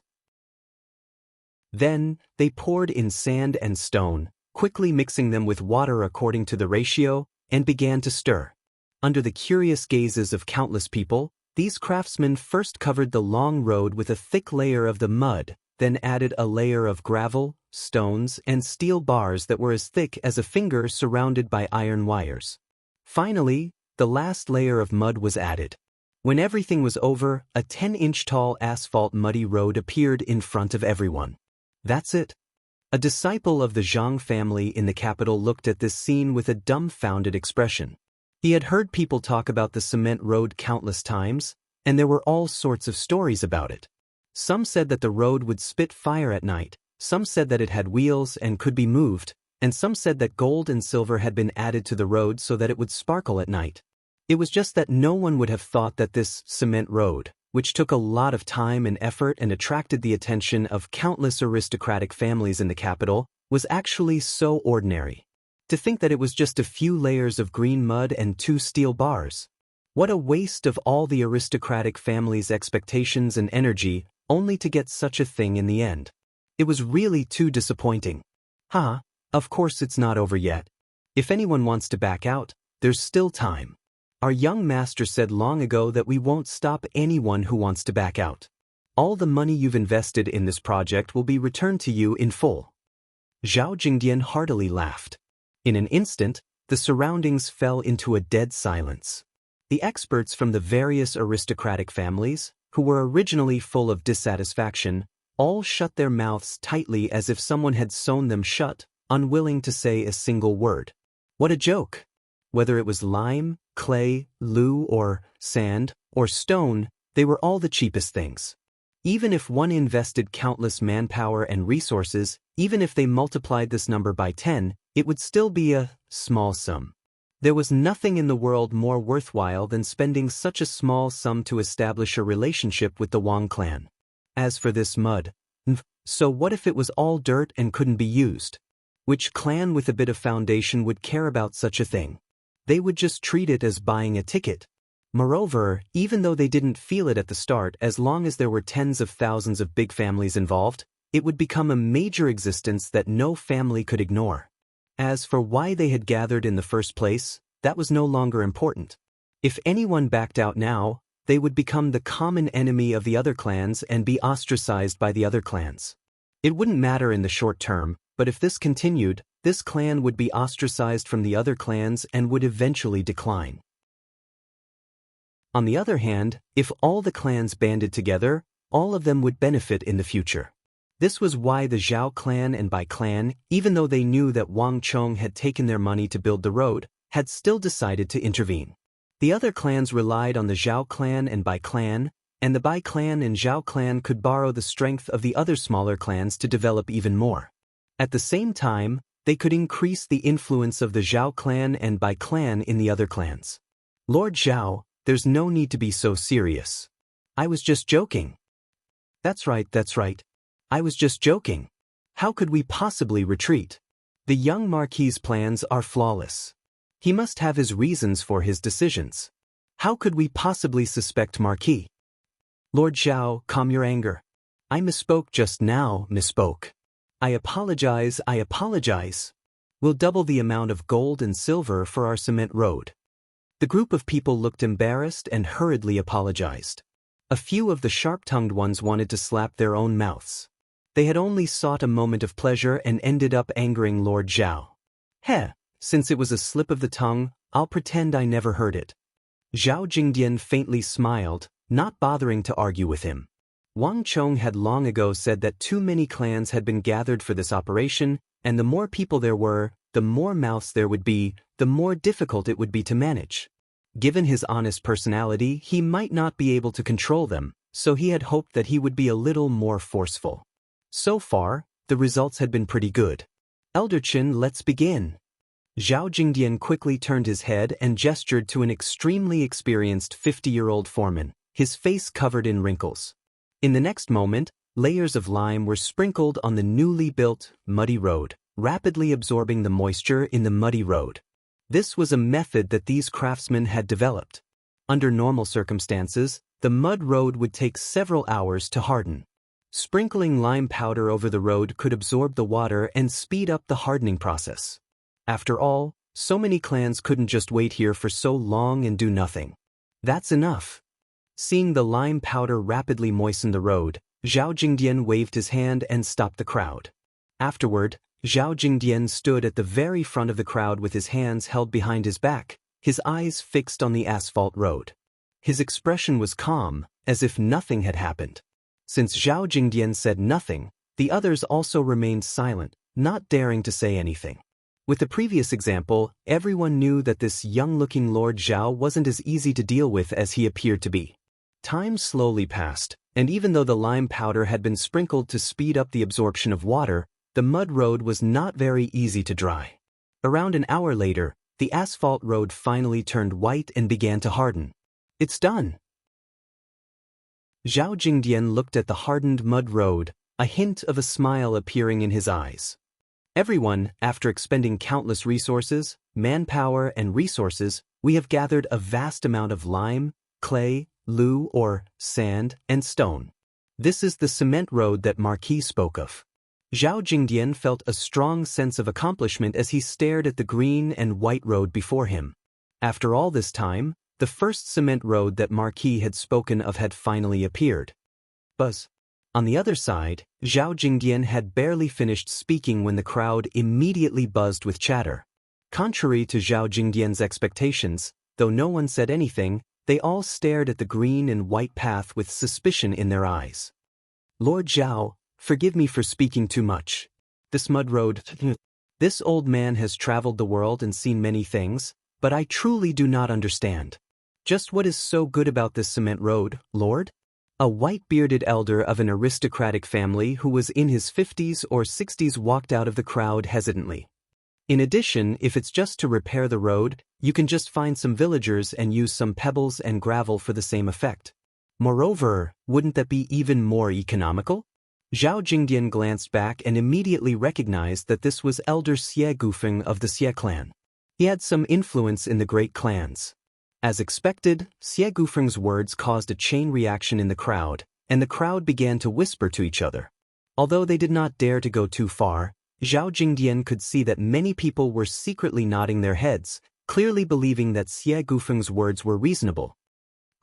Elder Xie asks a good question. Someone bring it up. Zhao Jingdian faintly smiled as if he had already expected this, and he waved his hand. Soon, the wheels began to rumble, and two majestic horses pulled a huge, peculiar carriage from outside.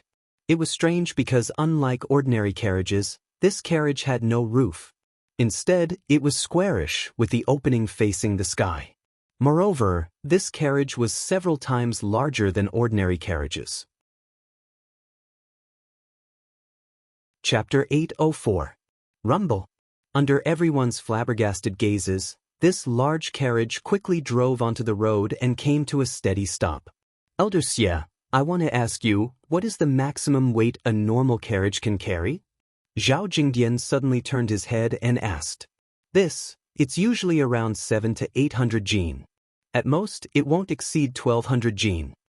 Although he didn't understand why Zhao Jingdian was asking this question, Xie Gufeng still answered truthfully. Why is it 1200 jin? Zhao Jingdian smiled and asked. That's actually very simple. If it's too heavy, horses won't be able to pull it. Perhaps 3, 4, or even 5 horses will be needed to pull it, but that will be very troublesome. Getting 5 horses to work together to pull a carriage wasn't something an ordinary horse could do, and it wasn't something an ordinary coachman could control. Moreover, the bearing capacity of the road also has to be taken into account. If it's too heavy, the wheels will sink into the mud and become stuck there, unable to move. Even if they can move, it will be very difficult. In this way, the journey will be long and protracted, which goes against the original purpose of the carriage. Xie Gufeng said. Zhao Jingdian's questions were all common sense. Anyone from a great clan who had had some contact with carriages should understand this. Merchants would not rise early without profit, and if they could transport more people, why wouldn't they do it? Moreover, 1,200 jin, together with the weight of the carriage itself, is already very heavy. It's at least 17 to 800 jin, perhaps even 2,000 jin. This is an astonishing weight. Xie Gufeng paused for a moment before adding, Elder Xie, I understand. With a wave of his sleeve, Zhao Jingdian pointed at the Wang clan guards. All of you get on. With a casual wave of Zhao Jingdian's hand, 10 some agile warriors immediately leaped onto the carriage. This strange action immediately attracted the attention of the crowd, and the clan experts immediately began to look over with interest. Although they didn't know what Zhao Jingdian was doing, they all understood that Zhao Jingdian was doing this for some special reason. Elder Xie, there should be 1,200 jin here, right? Zhao Jingdian smiled. Yes, there is. Xie Gufeng's eyelids jumped. The guards of the Wang clan were all strong and tall. With these dozen or so people, it wasn't just 1,200 kilograms, but at least 1,700 to 1,800 kilograms. You guys go too. Chuckling, Zhao Jingdian extended his right index finger and waved it at another group of Wang clan guards. Yes, my lord. Everyone giggled as if they had already expected this. They climbed up the carriages with ease. By now, there were more than 20 Wang family guards in the back of the carriage, all squeezed together. At this moment, everyone finally understood why Zhao Jingdian had made such a carriage bed. Lord Zhao, Xie Gufeng's eyelids couldn't help but twitch when he saw this. More than 20 strong men were packed tightly together. This kind of transportation method had never happened before. This was more than 2,000 to 3,000 caddies. You guys follow us. Zhao Jingdian seemed to think that this wasn't enough, and with another wave of his hand, more guards began to giggle and climb up. Some of them were standing on the edge of the carriage while others were hanging on the protruding parts of the carriage bed. In short, the entire carriage was densely packed with people. In an instant, everyone was stunned. A single carriage was carrying more than 30 people. Compared to a normal carriage that could only carry 3 or 4 people, this was 10 times the weight. This was simply unimaginable. My lord, forgive me for speaking too much. You're carrying so many people, and I'm afraid that these 2 warhorses will find it very difficult to move them. Xie Gufeng suddenly took a few steps forward and said, Zhao Jingdian had found this carriage to carry too many people. Although Xie Gufeng could tell that Zhao Jingdian wanted to prove something to the crowd, this wasn't enough. Haha, how can we know if it'll work if we don't try? Zhao Jingdian heartily laughed, unconcerned. Elder Liang, let's begin. Zhao Jingdian gestured to the old driver, Hiya. With the crack of a whip, a searing whip lashed through the air and then struck the 2 warhorses. The warhorses neighed, and a moment later, the wheels of the carriage began to rumble. As the crowd watched, the 2 warhorses began to pull the carriage carrying 30 people forward. In the beginning, it was obvious that the 2 warhorses were struggling, and the speed at which they were pulling was very slow. But the further they went, the faster they went. In the end, the entire carriage rumbled, pulling the 30 people in the carriage as it rushed forward. Bang! The crowd instantly fell into an uproar at this sight. His originally indifferent gaze suddenly widened, and his face was filled with shock. 30 people? How could this be? It's actually pulling and it's moving so fast. What's going on here? This carriage is pulling 30 people, but it can't even move. Just how did he do it? How could there be a carriage that can pull it for so many years? A carriage can never pull more than 10 people. Once it does, it will sink so deeply that it won't even be able to move. How could it be so fast? The sight before them completely overturned their understanding of how heavy a carriage could be. Everyone present was a disciple of a great aristocratic family. Things like transporting goods and carriages were usually done by servants, but they didn't have to worry about it. But this didn't mean that they didn't understand the meaning behind this sight. If the carriage could be 10 times as heavy, the clan would also be able to earn 10 times as much. Perhaps they did not care about the details of the carriage, but no one would not care about the huge profits that could be made from it. But Zhao Jingdian's display was far from over. Hiya! With a shout, the coachman called Uncle Liang suddenly cracked his whip, and Nei's horse neighed. The shaft of the carriage parted, and a war horse neighed as it broke free of its restraints and charged out of the muddy road. A moment later, under everyone's shocked gazes, the remaining warhorse pulled the 30-some Wang clan guards and continued to charge forward. How could this be? What sort of horse could have such strength? It's too shocking. I've never seen such a sight in my entire life. Is that still a horse? How did they do it? It's simply inconceivable. No, it's not the horse, it's that carriage. No, it's not the carriage, it's that muddy road. No, it's the horse. The crowd argued endlessly. Everyone was shocked by this scene that had never appeared before. As Zhao Jingdian listened to the arguments of the crowd, his lips curled into a smile. This argument meant that his painstaking efforts had not been wasted, and it also meant that Marquis's plan was working and everything was on the right track. Nay, in the distance, the carriage stopped after traveling for more than 200 feet. Zhao Jingdian made a gesture, and the 30-some guards of the Wang clan residents laughed and jumped down from the carriage, gathering around Zhao Jingdian's side. Everyone, I presume that all of you have seen it. This is the cement road that Marquis spoke of. As long as we can build this road, our carriages will be able to bear even more weight, transport even more goods, and bring in even greater profits, saving on manpower and resources. Zhao Jingdian's gaze swept over the crowd, his eyes wise and his expression calm. And all of you should have seen that our road is extremely smooth. Although there are 30-some people standing on the carriage, there is not the slightest jolt.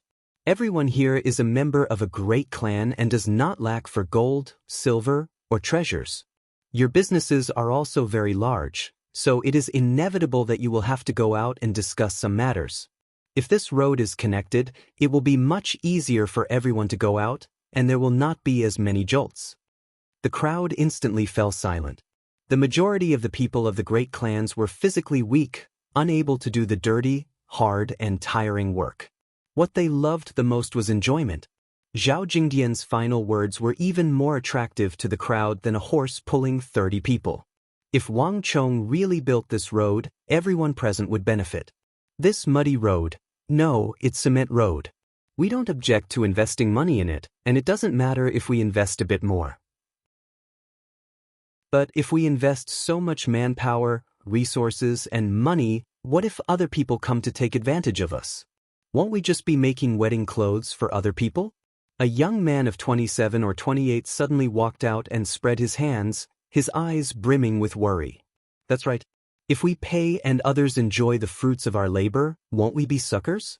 Another expert from an aristocratic family also walked out and agreed. The other clan experts, including the capitals Zhao clan and Bai clan, all turned to Zhao Jingdian. Although none of them said anything, their eyes revealed the same thoughts. These people are exactly the same as young master had predicted. Zhao Jingdian could not help but sigh as he sensed the gazes of the crowd. He felt even more respect for Wang Chong in distant Wushang. Although Wang Chong wasn't here, he had already predicted everything that would happen and everything that would happen. Great clans did not rise early without profit, and no one was willing to do anything without profit, and this was even more true of suckers. If he could not convince them, even if he could get their help in repairing the road, it would be greatly reduced. If he did not handle this matter well, it would have a major impact on Marquis's future plans, and it might even lead to the failure of the operation at Talis. Fortunately, young master already made arrangements. Chapter 805. Everyone. Zhao Jingdian gave a faint smile and calmly said, "Everyone be at ease. This sort of thing will never happen." Before young master left, he said that once this cement road is finished, we only need to set up a checkpoint on it and open it to all merchants. All we need to do is collect a toll from them. Our Tang dynasty is the wealthiest in the world and at its most prosperous.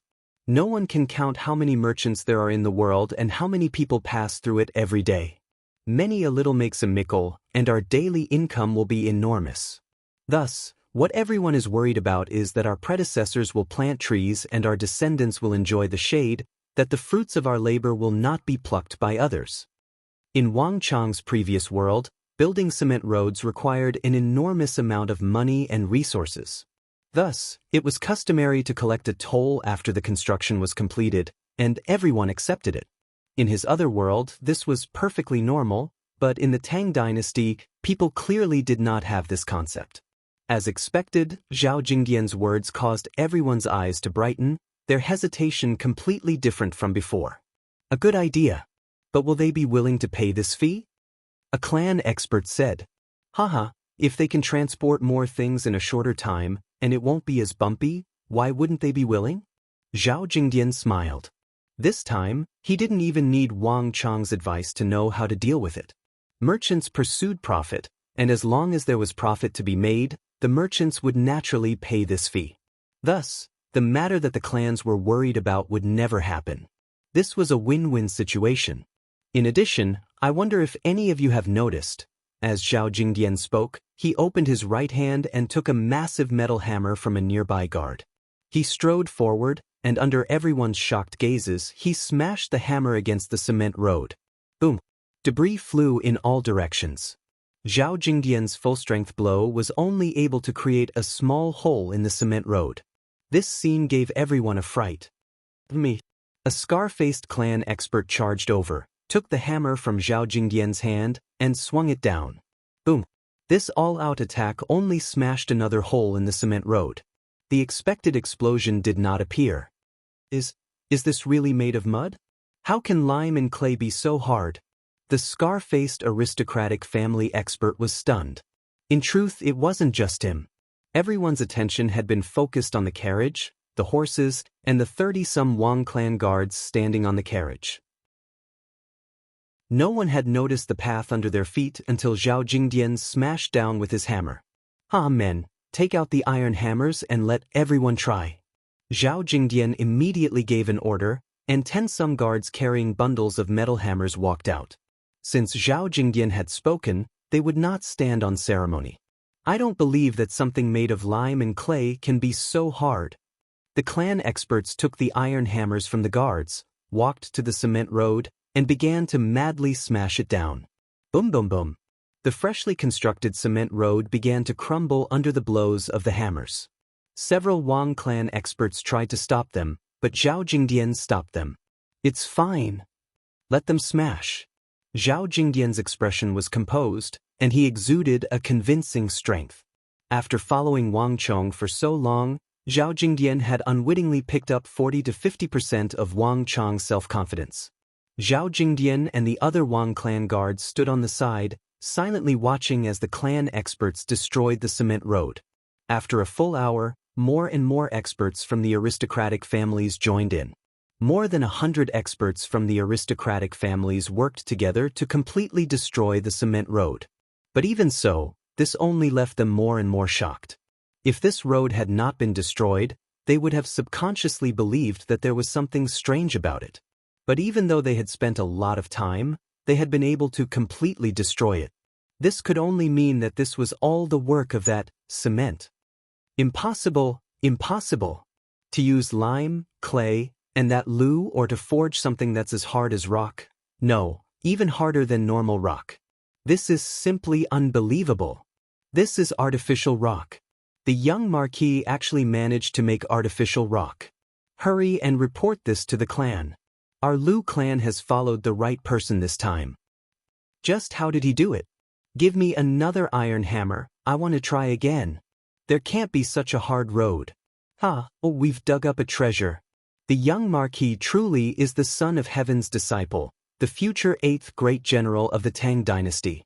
No matter what he does, our Qin clan only needs to follow his footsteps and give him our full support. In the blink of an eye, the crowd had finally discovered the secret of this road. It was not because of the warhorses or carriages, but because the road was sufficiently hard. It could endure a weight that ordinary roads could not. This was the true secret. In a flash, all their worries were gone. Flap flap. With this development, the situation had undergone a qualitative transformation. In front of Zhao Jingdian, the countless clans began to release messenger pigeons to their clans. This was a major discovery. The use of these artificial rocks in the Tang dynasty was probably not as simple as roads. Success! Marquis' plans are truly flawless. Everything has gone according to plan. Now, we can begin the construction of the road. Zhao Jingdian breathed a long sigh of relief at this sight. Marquis' cement road project would take a long time and require countless resources. This was not something that the Wang clan, the Zhao clan, or the Bai clan could bear alone. All the great clans of the capital had to participate. Now that this was achieved, everything else could be unfolded. Write a letter for me to send to Marquis. Tell him that he can begin the next part of the project. Zhao Jingdian glanced at the Wang clan guard next to him and whispered. The latter understood, nodded quickly, and left in acknowledgement. Bang! As night fell and the first day passed, the first cement road of the Tang dynasty was destined to be engraved in the annals of history. In the history of the divine central continent, such a thing had never appeared, and this milestone had also displayed its great power. Countless aristocratic families, large and small, had been attracted and invested their financial and material resources in it. And Wang Chong was not stingy, opening up the tax that would be levied on the cement road once it was completed. In addition, Wang Chong had established a special Great Clan Road Alliance and signed an agreement with the alliance, offering the cement formula to the alliance and sharing the profits. The alliance was responsible for overseeing the cement formula and could not allow it to fall outside the Central Plains. Wang Chong's generosity received a warm response from the alliance. Once they obtained the formula, the great clans of the alliance began to pour in an enormous amount of manpower and resources. Lime, clay, sand, stone, aluminum, and many steel bars, millions of tons, were poured into the construction of the Silk Road from the capital to the western regions. The benefits of Wang Chong's participation of the great clans also began to show. On the first day, more than 80,000 workers were put into the construction. On the second day, this number rose to 180,000, and on the third day, it reached 360,000. In the end, 700,000 to 800,000 workers had gathered on the Silk Road. Sections of greenish-white cement roads were being built on the Silk Road at an astonishing speed. This was the result of Wang Chong opening up the cement road and having the great clans participate. Rome wasn't built in a single day. Changing the massive empire isn't something that a single person can do, nor can it be accomplished with the strength of a single country. When all the great clans of the empire are gathered together, they are like millions of logs gathered together, hard and unbreakable. This is the roar of a slumbering empire. Congratulations to User for completing the second phase of the Empire's Fury mission, Road to Awakening. User has been rewarded with 800 points of Destiny Energy. As the road is completed, User will receive an endless stream of rewards. Congratulations to User. You have obtained an additional reward of 30 points. Congratulations to User. You have obtained an additional reward of 40 points. Congratulations to User. You have obtained an additional reward of 37 points. In the distant Wushang, Wang Chong stood on the city wall, listening to the Stone of Destiny's voice cascading through his mind. In just a few short moments, Wang Chong had obtained more than 1,000 points of Destiny Energy, and this number was still rising. Zhao Jingdian can finally stand on his own. With him handling the cement road, there's no need for me to worry about it. Wang Chong glanced down at the letter Zhao Jingdian had sent. With a light flick of his finger, the letter was pulverized, and countless white scraps of paper drifted down from the city wall. Cheng Sanyuan, write a letter for me to Zhao Jingdian. Tell him that I already know about the cement formula and that he doesn't need to worry. I have my own plans. Yes, your subordinate will do so. Cheng Sanyuan quickly left. Lose at the mulberry elm and gain at the east corner. For every gain, there must be a loss. If I want to build the cement road to the western regions as quickly as possible and participate in the Battle of Talas, I will need the help of the great clans. As for the cement formula, it's very simple. If the great clans want to steal it, they won't be able to keep it for long, so they might as well just offer it up. The various factions are closely related, and they will even try their best to help maintain the road, indirectly prolonging the time it takes for the cement formula to be leaked. Holding his hands behind his back, Wang Chong watched the winds pass by, a wise and far-sighted light in his eyes. The construction of the cement road was already on the right track, and with Zhao Jingdian handling this matter, Wang Chong could stay out of it. Now, there's another matter. With a thought, Wang Chong turned to another figure. Chapter 806. Your subordinate understands. I will do so. Without another word, Chen Bin jumped down from the gate tower and swiftly left.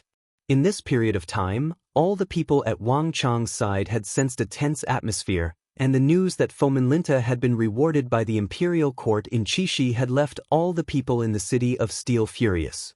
But on Wang Chong's side, everyone sensed that there was another undercurrent of turbulence brewing. The people of the Qixi Protectorate had come to strut around several times, but all of them had managed to endure each time. Although the Qixi Protectorate seemed to be firmly suppressing them, all of them knew that Fomenlinta wouldn't be able to remain smug for much longer. Since Marquis had said that he would leave Qixi, he would definitely do so, and it wouldn't take long. Hiya! A cloud of dust billowed through the city gate, swiftly making its way toward Qixi. Chen Bin's figure swiftly vanished into the distance. Write another letter to the eagle in the capital. Have him keep a close eye on the fourth prince's movements. I need him to inform me of the slightest movement as quickly as possible. Wang Chong indifferently said. There was no one behind him, but a person replied from the shadows. Your subordinate will go. His figure swiftly vanished into the distance. The walls quickly fell silent, leaving only Wang Chong. After the initial phase of construction, Wushang's city of steel had become much quieter. This was a period of rest and recuperation. Wang Chong looked into the distance, at the place where the gray heavens and earth met. Although it was quiet all around, Wang Chong could clearly sense that a massive storm was sweeping toward him from the capital. The storm had already begun, and Wang Chong was well aware that this was his last chance to topple Fomenlinta. But Fomenlinta was a crafty old fox. Whether it was letting Dian Mangpoj through the pass, using a borrowed knife to kill someone on the Uzan Plateau, or finally stealing the credit, Fomenlinta had always been flawless and flawless. It was definitely not an easy task to get hold of his weakness. Most importantly, during this process, Wang Chong could not attract the slightest bit of Fomenlinta's attention. Several hundred li away, in the Qixi Protectorate headquarters, creak. There was the soft creak of a door being pushed open, and an old woman with a fatigued expression walked out from the back door of the Protectorate headquarters, carrying a vegetable basket. Her footsteps were trembling, each step taken with extreme care. It seemed like she was spending a great deal of energy. Swoosh! Walking to the corner of the wall, the old woman forcefully threw out the rotten vegetable leaves in the basket. There, the rotten vegetables were piled up, exuding a rancid stench. Foul old woman, Lord Protector General has ordered that you can't buy vegetables past noon. Suddenly, there was a boom as the back door was kicked open. A fiendish and fully armored Hugard of the Qixi Protectorate strode out, his eyes sharp as he stared at the old woman outside the door. In addition, if you cook next time, it won't just be a whipping. Give me something to eat. This old woman understands. The old woman trembled and twitched, her face filled with fear and trepidation. She bowed and pressed her white head even lower. His old and frail body was shivering in fear. It was a pitiful sight. Useless old woman. If not for the fact that you followed Lord Protector General for 10-some years, I would have killed you long ago. At the back door, the fiendish and fully armored Hugard cursed and slammed the door. With a loud clang, he finally disappeared. A trace of resentment flashed across the old woman's eyes, but it quickly disappeared. She lowered her head and looked at the crisscrossing blood-red scars on her sleeves. She let out a long sigh in her heart, as if she had accepted her fate. She limped away into the distance. As he left the Chishi Protectorate headquarters and turned a corner, he suddenly heard a soft voice in his ear. "Granny, Granny, here." The old woman's body trembled, a hint of wariness in her eyes. She quickly scanned the area, and when she saw a handsome boy of 18 or 19 standing by the corner, she immediately relaxed. "Little Sue, it's you. Didn't I tell you not to go to such trouble? I'll just go by it myself." The old woman limped over, her expression much gentler as she looked at the boy. This boy was a peddler. She had fainted in the market after being whipped in the residence, and it was this boy who had saved her. This was how she had gotten to know this boy called Little Sue. Moreover, Little Sue knew of her plight in the residence, so whenever she went out to buy groceries, he would take the initiative to deliver them to her. As a member of the Protectorate, she had many misgivings, not daring to casually interact with strangers. But for some reason, this old woman felt a natural closeness to this Little Sue. Every time she saw him, she would see him as her own grandson. "Granny, did they hit you again?" Little Sue looked at the old woman's limping figure and felt sorry for her. "I'm used to it. Lord Protector General has a bad temper because of his failures in the imperial court. It's been like this since 10-some years ago, and I'm already used to it," the old woman said. "But Granny is already old. How many more times can Granny endure this kind of whipping?" Little Sue couldn't bear to see the old woman's struggling appearance. What can I do? I'm just an old woman. Where else can I go besides the Protectorate? In addition, the Protectorate is different from other places. Although I'm being whipped, there's always some good medicine. I'll be fine once I go back and rub it on." The old woman bitterly smiled. In the eyes of outsiders, the people of the Protectorate enjoyed endless glory and splendor, but who could understand the pain they had to endure? The old woman knew what outsiders were thinking, so she didn't easily reveal what was on her mind. Only in front of this Little Sue would she reveal her true side. "Granny, be at ease. There will come a day when I will save you," Little Sue solemnly said to the old woman. It's enough for you to have such thoughts. Granny is already very content." The old woman froze for a moment, but then she smiled. How could the mighty Chishi Protector General, the great general of the empire, let her go just because he said so? She could only think about it, nothing more. After taking the small cart of groceries that Little Sue had prepared, the old woman began to limp back to the Protectorate. The rules of the Protectorate were very strict. If she didn't return on time, she would be punished with another heavy punishment. Little Sue couldn't help but give a long sigh as he watched the old woman's limping figure, a hint of pity in his eyes. "Granny, be at ease. I'll definitely do what I promised you. Once I'm done, I'll definitely take you away," Little Sue muttered to himself. A few moments later, he slowly straightened his body, turned around, and flew off in another direction. Flap, flap. A few moments later, a rock eagle commonly seen in the western regions soared into the sky and vanished. "Marquis, I received a letter from Jean Quebec. They've already made contact with the target. All of the Chishi Protectorate headquarters is under surveillance." As the rock eagle flew by, a Wushang scout quickly ascended the walls and stopped behind Wang Chong. Bowing, he handed over the letter with both hands. "I understand." Wang Chong stood at the edge of the walls, his eyes gazing in the direction of the distant Chishi Desert. He extended his right hand and took the letter from the scout, glanced at it, and then put it away. Everything was on the right track. Fomin Linta had always been cautious, rough on the outside but meticulous on the inside. While his actions seemed crude, they were actually watertight. Thus, even if Wang Chong wanted to move him, he had no real way of doing so. Great generals like these had extremely high statuses, immense authority, and deep influence. Moreover, they were extremely experienced. Moving them was not an easy task. Even though Wang Chong was the son of Heaven's disciple and had the assistance of the King of Song in the court, It was still not an easy task. Alas, despite his vast experience, Fomenlinta had one major flaw: his violent temper and fondness for punishing his subordinates.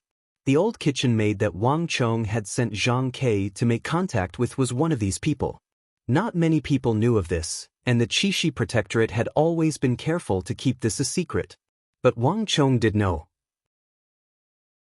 In the future, when that incident occurred, this old kitchen maid was one of the key figures. When Fomenlinta became embroiled in that matter, the old kitchen maid was the only person in the Qixi Protectorate who dared to stand up and criticize Fomenlinta. This matter had left a deep impression on Wang Chong, which was why he had arranged for Zhang Ke to get in touch with them. In addition, Zhang Ke also has a request in his letter. He hopes that after this matter is over, Marquis can help rescue that old woman from the Qixi Protectorate so that she can enjoy a peaceful old age. The scout hesitated for a moment before finally speaking. Wang Chong immediately agreed. Even if Zhang Ke hadn't said anything, once this matter was over, he would have arranged for this old woman to live out her remaining years in peace. Otherwise, he would not be able to stay in Qixi. Thank you, Marquis. The scout was elated by these words. Wang Chong only smiled. Although Zhang Ke hadn't been in Wushang for long, he was very adept at using money and power. He had gotten along well with many of the soldiers in the army, and even this scout was willing to speak up for him. In the blink of an eye, 3 days had gone by. There were many things waiting to be done in the City of Steel. A complete fief was not as simple as carving out a piece of land and building a city. There were many things that needed to be taken care of if he wanted this place to be developed in the manner he envisioned. Early in the morning, while Wang Chong was in his residence in the City of Steel taking care of some documents, he suddenly heard hurried footsteps rushing into his residence. Marquis, Zhang Ke has sent word that there's been some activity from the Qixi Protectorate. The guard's words were concise and comprehensive. Wang Chong had been in the middle of his work, but when he heard these words, he grimaced and raised his head. Bang! Not long after this guard rushed in, another gust of wind rushed in. Marquis, Lord Su has sent word that the Qixi Protectorate has left Qixi. The second guard rushed in after him. Chapter 808. The matter had started last night. In Fomenlinta's residence, the old kitchen maid, who had been preparing meals for everyone, had suddenly noticed that several dishes were missing. The old kitchen maid had followed Fomenlinta for decades, and she knew everyone's preferences like the back of her hand. The people at Fomenlinta's side were very picky when it came to food, and it was very difficult to satisfy them. Each of them had a special dish that they liked to eat, and they would eat it at every meal. Over the years, only the old kitchen maid's cooking had been able to satisfy their tastes. This was also why, despite her age, Fomenlinta had kept her by his side. Fomenlinta was very cautious. He never allowed others to interfere with important matters, much less let them know. Thus, although the old kitchen maid had been with him for decades, she had rarely come into contact with his core secrets. But no matter how careful Fomenlinta was, he still had to have 3 meals a day. The old kitchen maid only needed a glance to know which dishes were missing and which were missing to know which of Fomenlinta's people were present and which were not. But this sort of thing could only be used as a clue, not as solid evidence. Thus, Zhang Ke had been confirming it since yesterday. In the morning, when he was almost certain, he immediately reported it to Wang Chong. How many people are missing from Fomenlinta's residence? Wang Chong asked, his brow tightly furrowed. 5. At the very least, it's 5, because 5 dishes are missing. But it might be more than that, because we can't rule out the possibility that some people might have left during the meal. In short, this matter is very unusual. At the very least, it's definitely not normal for 5 people's dishes to suddenly be missing. Zhang Ke sternly said, his expression solemn. Zhang Ke had been rushing back to the City of Steel after confirming the matter and sending the messenger pigeon. Not long after, he arrived at the City of Steel. The young Marquis would never do anything without reason. Whether it was before the Southwestern War had even begun, he had spent all his wealth to build some strange steel walls, or not too long ago, when he had suddenly led an army to Longxi, only to find a secret path to attack Zhangsheng and destroy one of their training camps. After spending so much time with the young Marquis, one would unwittingly become accustomed to his style. Although Wang Chong had not explicitly said that this matter involved the Imperial Protector General Fomenlinta, even the stupidest person would know that this was no small matter. The slightest carelessness could result in a landslide that could alter the entire structure of the empire. And Marquis's influence might also reach its limit in this matter. Because of this, Zhang Ke had immediately rushed to Wang Chong's side to report what had happened. Su Kui, how many do you have on your side? Have there been any oversights? Wang Chong solemnly turned his head to Su Kui. Zhang Ke was far from the only one who had noticed the anomaly. Su Kui had also noticed it. After this incident, Wang Chong decided to summon him over. Marquis, according to your orders, we've already used the 1,000 li incense to tamper with all of Fomenlinta's trusted subordinates. As soon as they leave Qixi and get within a certain distance, we'll immediately sense them. Su Kui was speaking of a special kind of incense, a method used by those of the martial arts world to track their targets. The person who used this 1,000 li incense would first place a base incense on the target and then have a well-trained mastiff smell it. Once the target was a certain distance away, the scent would fade and the mastiff would begin to madly bark, completely different from its usual quiet and docile self. Su Kui did not know how to use this sort of thing. This method had been suggested by the eagle. Wang Chong had entrusted this task to Yang Hongchang of the Western regions. The Yang clan had been operating in the Western regions for many years and knew all sorts of methods. In less than a day, Yang Hongchang had sent over all the mastiffs and 1,000 li incense that Wang Chong needed. I've already confirmed that there are at least 7 mastiffs barking at the same time. 7 of them should have already left the Western regions. Su Kui said. The mood in the room was extremely solemn, and Wang Chong's brow was deeply furrowed. When he said nothing, no one dared to even breathe too loudly. All of them could sense a hint of tension and gravity from Wang Chong's body. It was clear that this matter was extremely serious. 5, 7. Fomenlinta, just what are you doing? Which one is your true goal? Or have you already sensed something? Wang Chong raised his head, the index and middle fingers of his right hand unconsciously tapping against his palm as countless thoughts flitted through his mind. If everything went as expected, the Shuiyang Palace incident that would shake the entire court was about to take place. As Qixi Protector General, Fomenlinta was now embroiled in the War of the Princes of the capital. This was a major taboo for a great general of the border. In any dynasty, this was a taboo that the sovereigns and important ministers of the court would censure. Countless generals in the army had been removed from their positions because of this reason. But when this incident broke out, although it had shaken the world and Fomenlinta had received a flurry of impeachment letters, he had been lucky enough to escape the calamity because he lacked the most crucial evidence. Coupled with the various contributions he had made, the Holy Emperor had ultimately chosen to strip him of his title of nobility, but he had retained his position as Protector General, calling it retaining his position to be discussed. If Wang Chong wanted to deal with Fomenlinta, this was his last chance. But first, he had to find that trusted aide that Fomenlinta had sent out and find the Pledge of Allegiance that Fomenlinta had sent to the prince. Only then could he deal a heavy blow to Fomenlinta. Although the Shuiyang Palace incident had caused a huge uproar, involving many great generals of the border and enraging the Holy Emperor, the lack of that Pledge of Allegiance had prevented Fomenlinta from being convicted. And after that incident, Fomenlinta had become extremely cautious, even more conservative than he had ever been. He would not allow anyone to use him against him, making it impossible for anyone to find a flaw in him. If the situation developed once more, all of Wang Chong's previous efforts would have been for naught. Wang Chong's battle at the triangular gap on the Uzun Plateau would have been pointless, and the entire Qixi Protectorate would be firmly in Fomenlinta's hands.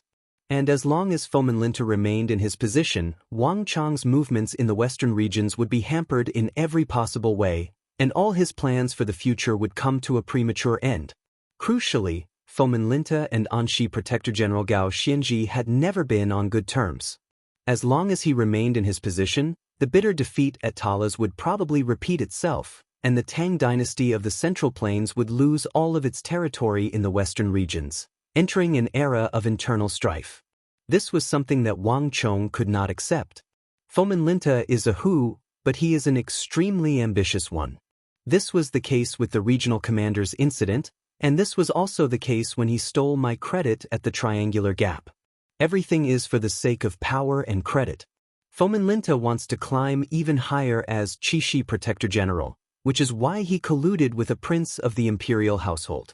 Wait a moment, Zhangqiu Jianxiong's promotion from Protector General of the Southwest to Minister of War must have provoked him. No, it's not just that. In my last life, I didn't appear here, nor did I take part in the Battle of the Triangular Gap. But now that Fomin Linta has stolen my credit, his ambition is bursting, so he's even more ambitious than before, even more impatient. Wang Chong muttered to himself, countless thoughts flitting through his mind. He was 80 to 90% sure that Fomin Linta had sent his trusted aide to the capital to prove his loyalty. How cunning! Wang Chong mentally sighed. Not many people knew of the matter between Fomin Linta and that prince. At the very least, it was still a secret. Even though Fomin Linta knew nothing about it and that the outside world was completely safe, he had still sent 5 to 7 of his trusted aides. This sort of caution was enough to make one put 120% of one's attention. Even though Fomin Linta didn't know that Wang Chong had already seen through his secret, just this sort of natural caution made dealing with him no easy task. Su Kui, take all the men and pursue with all your might. The other 2 groups of people should go to Sand Pass first. The terrain of Sand Pass is unique.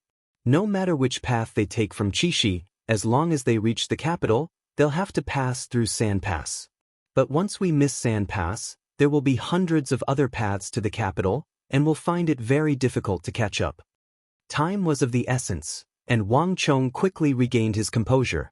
Yes, Marquis. Understanding the urgency of the matter, Su Kui hurriedly bowed and acknowledged. In addition, Zhang Ke, send out your eagle team. Horses can't outrun eagles. No matter what, keep an eye on them from the air. Wang Chong turned to Zhang Quebec. Yes. Zhang Ke's reply was crisp and forceful. In addition, remember, no matter what, you can't attract their attention. Fomin Linta is extremely cautious and paranoid, and his subordinates will definitely be the same. We can't arouse their suspicions during the pursuit. If we miss this opportunity, we can't try again. Otherwise, if Fomin Linta notices something, all our efforts will be for naught. Wang Chong's expression was extremely grave as he spoke. It was no fluke that someone like Fomin Linta had managed to become Protector General. Wang Chong did not dare to be the slightest bit careless.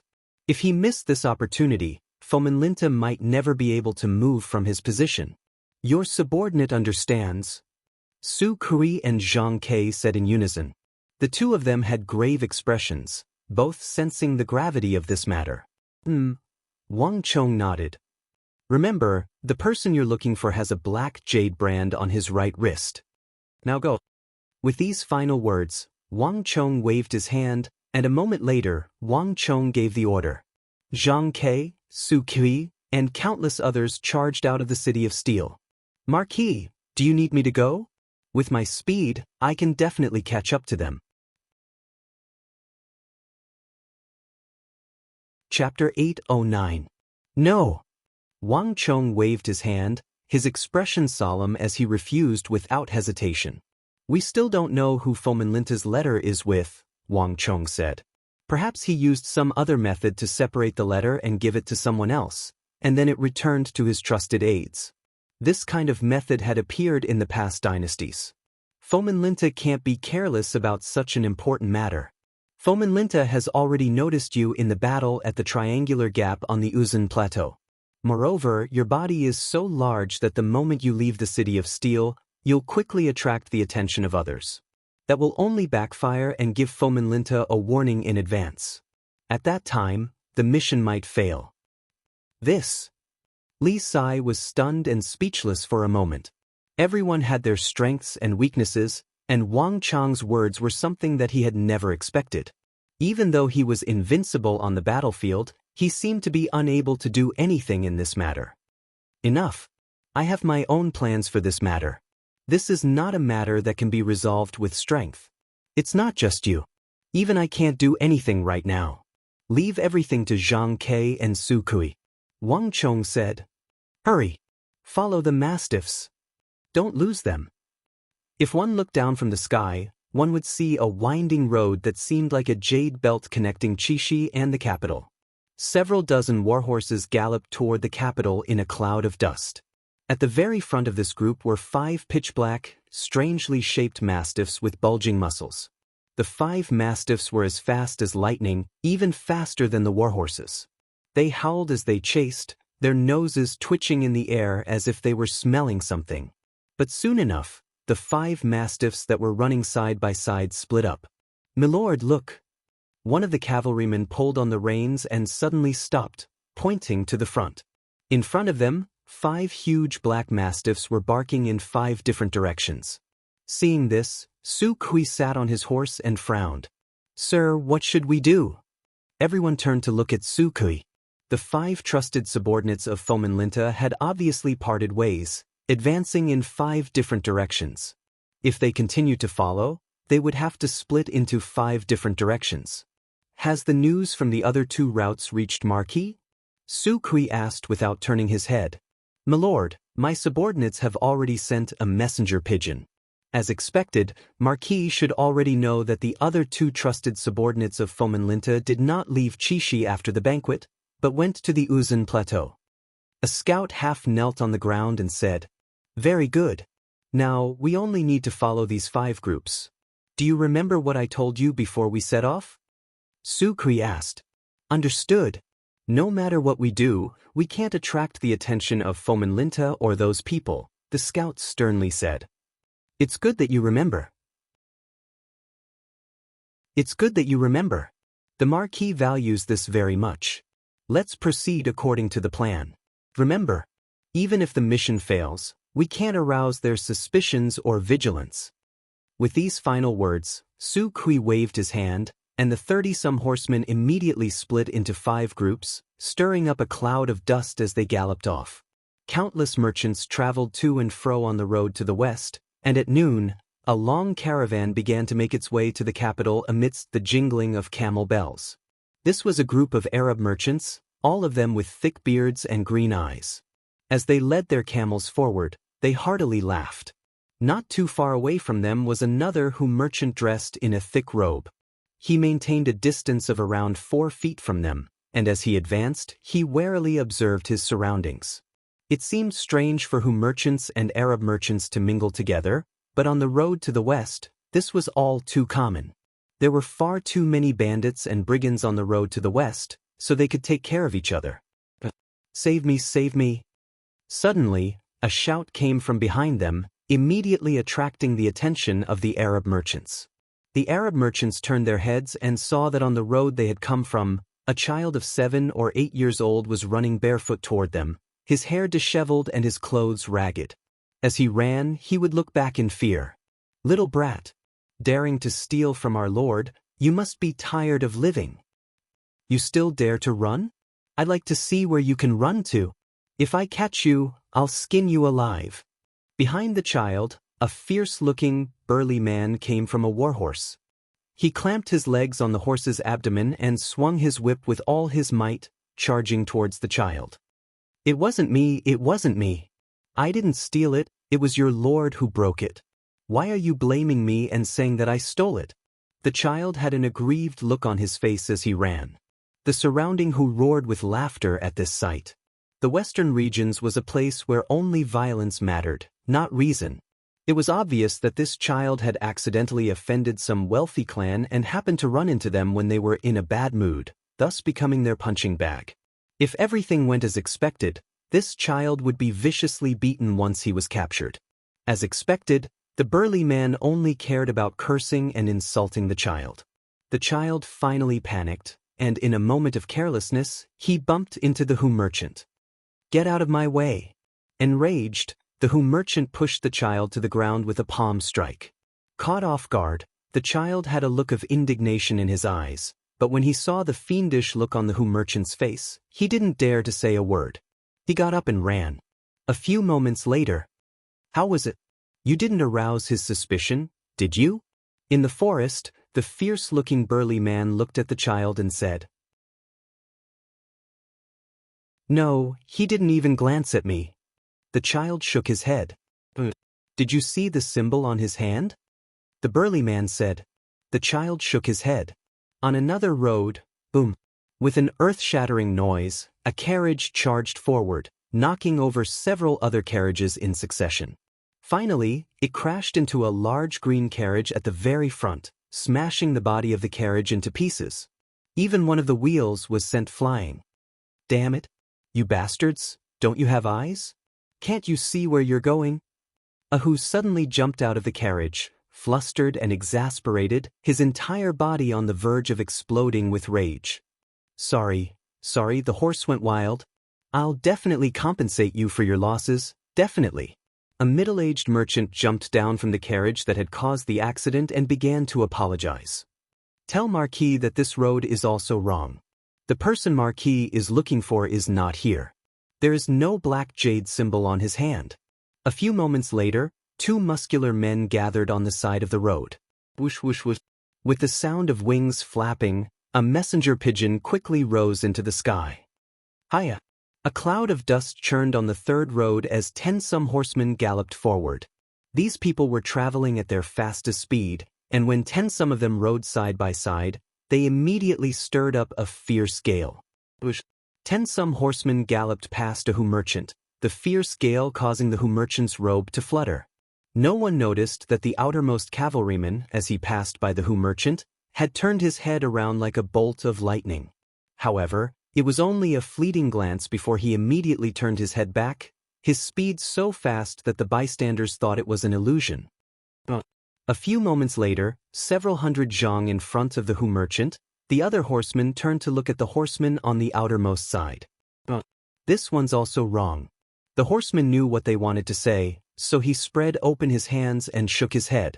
One piece of information after another was sent to Wushang's city of steel. Everyone had gathered around Wang Chong, their eyes focused on a miniature model of Qixi in front of them. 1, 2, 3, 2 of Fomenlinta's trusted subordinates have gone to the Uzan Plateau. It should have something to do with our base at the Triangular Gap. Of the other 5, 3 have already been eliminated, leaving only 2. That item must be with one of them. Wang Chong propped up his chin with one hand and tapped his fingers with the other. Cheng Sanyuan, what's the situation with Zhang Ke? Wang Chong said.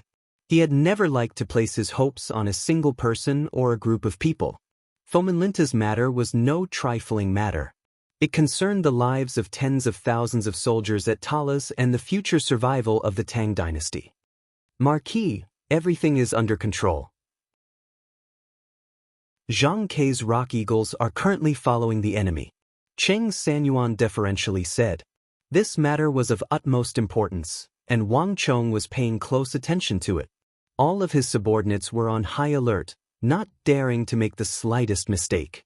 Zhang Ke and the City of Steel were constantly communicating with each other. Every half a cup of tea's time, a bird would fly in from outside and another bird would fly out.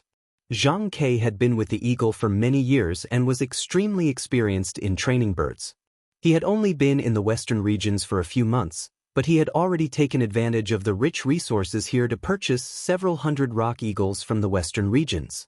After training them, he already had 60 to 70 qualified rock eagles, and more were still being released from their cages. This was the foundation of Zhang Ke's eagle team. As for the rock eagle on Zhang Ke's shoulder, it had become the eagle king of this team. And these massive numbers of eagles were playing an enormous role at this time. The rock eagles coming and going from the City of Steel were almost constantly sending messages. Tell Zhang Ke not to let down his guard. In addition, inform Su Kui to speed up the investigation. We must find that person with the black jade mark on his arm. That item is definitely on him. Wang Chong placed his hands on the miniature Qixi sand table. The truth was slowly coming to light. 3 people had been eliminated, leaving only 2. The room was quiet for a time as everyone breathed a sigh of relief and waited for Su Kui's final news. But the development of the matter took everyone by surprise. Reporting. Less than an hour later, while everyone was waiting for news, a scout rushed into the room with a panicked expression. Chapter 8:10. What? The scout's report was like a boulder crashing into the room, instantly unleashing massive waves. Even Wang Chong and Li Sai grimaced. Wang Chong had been sitting on a wooden armchair, waiting for news, but at this moment he suddenly stood up. How could this be? Weren't they going to the capital? Why would they turn back now? Turning back means that we don't even need to investigate. They've already been eliminated. All 5 of them have been eliminated. What's going on? Marquis, I suggest that we have Su Kui investigate right now. Like a gale, this news completely disrupted everyone's expectations and rhythm. No one had expected that the last 2 suspects would turn back at a time like this. But this was not the only thing that left them dumbfounded and shocked. Reporting. At this moment, another scout rushed into the room. Marquis, Lord Zhang Ke has sent word from the front that the 3 suspects have suddenly sped up. Marquis, please tell us if we should continue to follow and pursue them. Buzz. The raucous room instantly became deathly still. In the end, all eyes gathered on Wang Chong in the middle of the room. Everyone's astonishment was clear on their faces. The situation had taken a 180-degree turn. Those who were suspicious were suddenly no longer suspicious, and those who weren't suspicious were suddenly suspicious. In a flash, everyone was at a loss as to what to do next. Things that were originally clear became confusing in an instant, as if they had sunk into a dense fog. How could this be? Wang Chong stood in the room, his mind in even more disarray than the others. The envoy sent by Fomenlinta should have been the one with the black jade seal on his wrist. Those 3 didn't have it, so they could be eliminated as suspects. The other 2 had entered the plateau, and Zhang Ke's eagle was still following them, so they could also be eliminated. All that was left were the 2 people who hadn't been cleared of suspicion. As long as he could find the one with the black jade mark on his arm, he would be able to do so. The whole thing was simple and clear. Logically speaking, there shouldn't be any problems. What was the problem? Why did those 2 people suddenly turn back? Could it be that he had made a mistake? At this moment, Wang Chong's mind was in turmoil, and his expression was incomparably solemn. Things had gone wrong, at least not as he had expected. He had to find out what had gone wrong. Marquis, Su Kui is still waiting. Those 2 will probably return to Chishi soon. Should we continue the investigation? A voice whispered into Wang Chong's ear. Wang Chong didn't say anything. He was deep in thought. However, the changes in the situation were far more complicated than expected. It only took a moment for another scout to rush in with a flustered expression. Report. Marquis, bad news. Lord Zhang has sent word. Of the 3 targets, one of them has suddenly vanished. We've lost them. It was as if a heavy bomb had been dropped on them. If the people in the room could still maintain their composure, then when they heard that the target had disappeared, they immediately panicked. This was not the first time that Fomenlinta and Marquis had opposed each other, and he had even used Uzin's men. He was truly unscrupulous. If they could not use this chance to bring down Fomenlinta, their future in the City of Steel could be easily imagined. Although they didn't know why this had happened, there was no doubt that the target who had suddenly vanished was the person carrying the important letter from Fomenlinta. Marquis, there's no time. Why don't we appear now and conduct a full search? We'll definitely find that person. That's right, Marquis. The person who vanished is definitely the true target. We've all been tricked by Fomenlinta. Marquis, let's give chase. Marquis, let me go. Let me. Everyone felt an intense sense of urgency. Time was fleeting.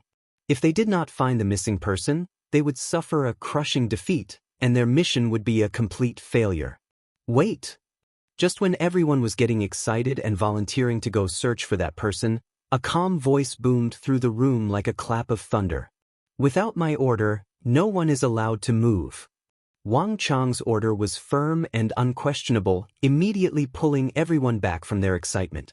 Everyone, don't act on your own. Marquis will decide everything. Li Sai swept his gaze over the crowd and quickly turned around, striding over to Wang Chang's side.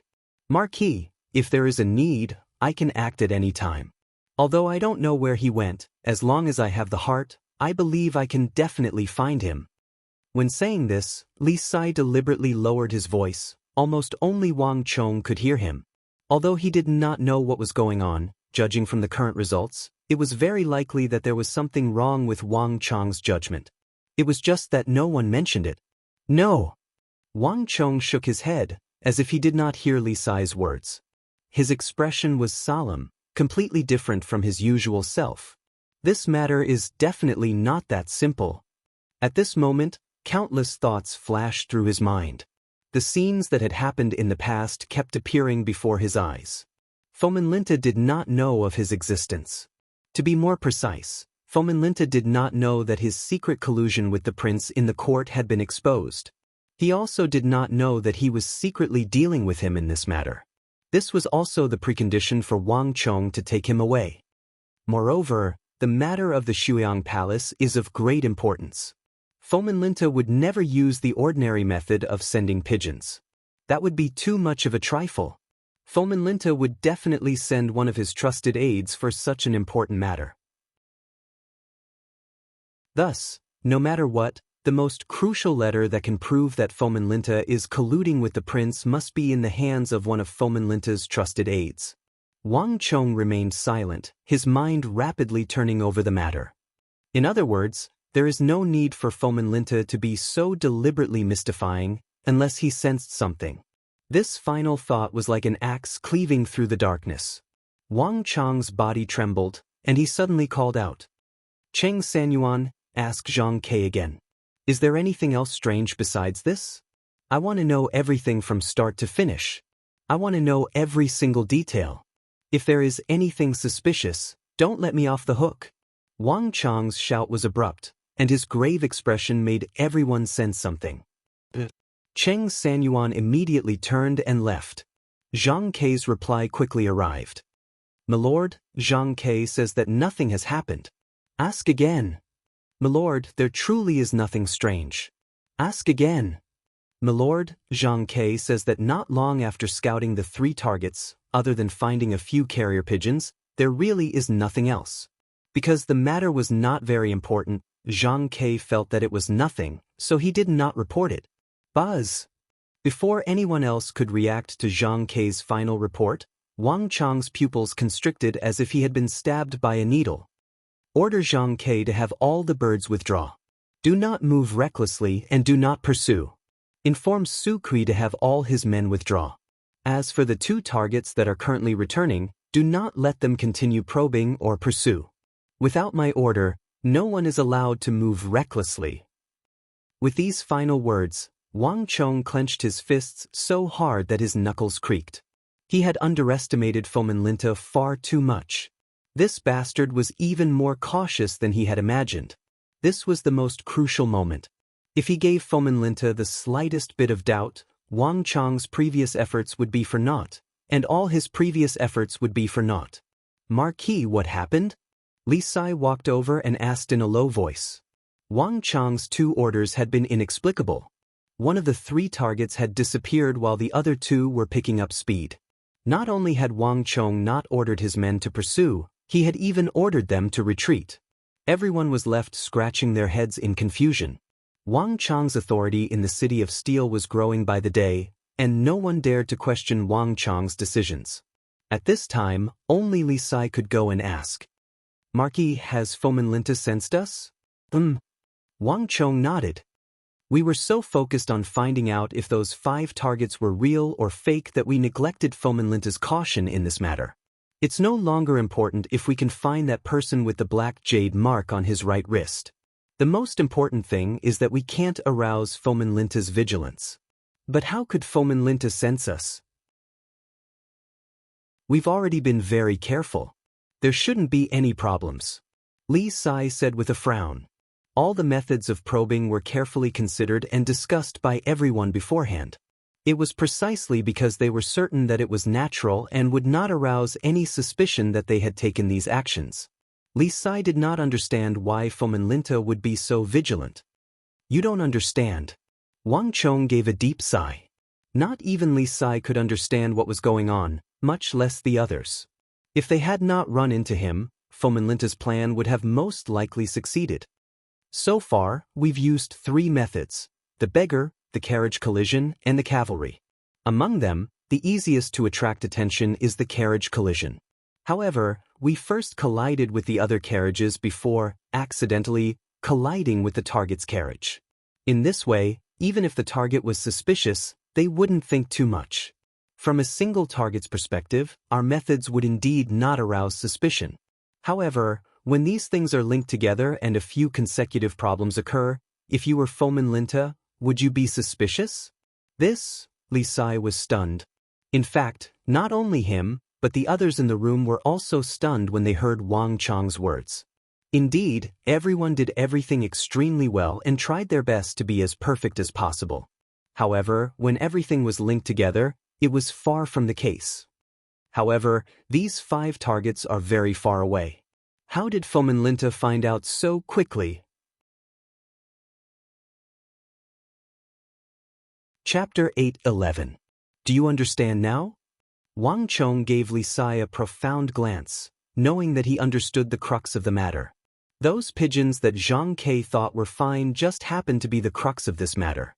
That old fox, Fomenlinta, is far more difficult to deal with than we imagined, and far more cunning as well. If my guess is correct, although he doesn't know of our existence, he left a carrier pigeon with each of his trusted subordinates. If there's even the slightest sign of trouble, they have to inform him as quickly as possible. Zhang Ke's side was too careless. If my guess is correct, after our men investigated the targets, they secretly released their carrier pigeons. Zhang Ke was deceived by them. Wang Chong couldn't help but sigh. In truth, Zhang Ke was already very outstanding, but one also had to see who he was facing. Fomenlinta was an extremely shrewd protector general. Even Wang Chong would have to put in 120% effort to deal with him, let alone Jean Quebec. We're no longer dealing with those 5 groups, but with Fomenlinta in the distant Chishi Protectorate. The following period will be extremely crucial. If we can't get Fomenlinta to give up on his plans and relax his guard, we won't be able to do anything else, because it's simply impossible for us to succeed. Wang Chong said. This operation had gone from a simple probing of the 5 targets to finding the person with the black jade seal on his wrist to a contest between himself and Fomenlinta. There would be no glint of swords in this contest, no smoke of battle, but the final result would decide the fate of all of Chishi, the fate of an imperial great general, himself, and even Gao Xianji and the tens of thousands of Tang dynasty elites under his command in the Anxi Protectorate. The room was quiet as Wang Chong's order was quickly passed on. Marquis Zhang Ke has withdrawn. Marquis Su Kui has retreated. 2 carrier pigeons flew into the city of steel. Wang Chong's order had been carried out, and no one in the room dared to breathe too loudly. In the current situation, if Wang Chong's judgment was wrong, they would soon lose the target and the opportunity. If Wang Chong's judgment was correct, it would be even more serious. It would mean that they would fail before they could complete this stage of the mission. The room was so quiet that one could hear a pin drop. The atmosphere was tense. Time passed slowly as they waited. Marquis, we've lost our targets. We don't know where the 3 groups are going. Soon, news came that this operation was far more than just 2 groups of people in the air and on the ground. Although they couldn't follow the target closely or test them, there was always a group of people observing along the way. There was a person at regular intervals, but now, even they had lost track of the 3 groups of people. The atmosphere in the room instantly grew heavy. No one spoke, but they couldn't help but glance at Wang Chong out of the corner of their eyes. There's no rush. Wait. Wang Chong's eyes were closed, his head slightly raised. He remained motionless, his expression calm and without the slightest panic. No matter what method Fomenlinta used, it had no effect on Wang Chong. He was now sure that Fomenlinta was waiting for him to make a move. Now, it was a battle of patience. This was a contest between him and Fomenlinta. Time slowly passed. 15 minutes. 15 minutes. 30 minutes. 1 hour. The atmosphere in the room was so heavy that it was suffocating. Although no one spoke, the mood was slowly changing. No one doubted Wang Chong's decision. On this journey, Wang Chong had used his wisdom and foresight to amply prove himself. But based on the current situation, this time, Wang Chong might very well be wrong. Marquis. Even Cheng Sanyuan and Su Shixin couldn't help but look at Wang Chong. No one felt that Wang Chong had done anything wrong. Everyone could make mistakes, but the consequences of this matter were not as simple as making a mistake. Given how important Wang Chong was to this matter, they had probably already lost their final chance to deal with Fomenlinta. From now on, whether in Qixi or Wushang, Wang Chong would forever be bound and restrained by Fomenlinta.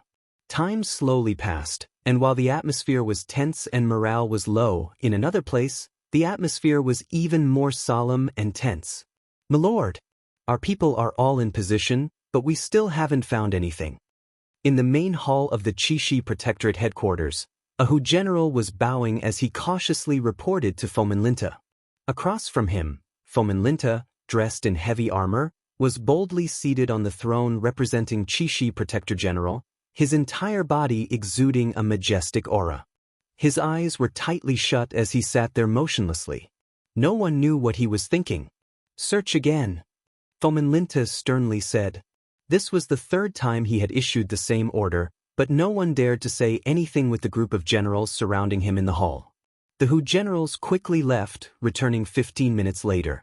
"My lord, Qi Bo Er's group has already picked up speed, but they still haven't found anyone following them."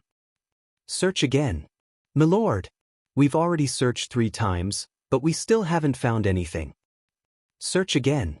"My lord, Qi Bo Er's group is about to reach Sand Pass, but they still haven't found anything." "Search again." "My lord, Qi Bo Er hasn't found anyone within 60 kilometers of him." "Search again."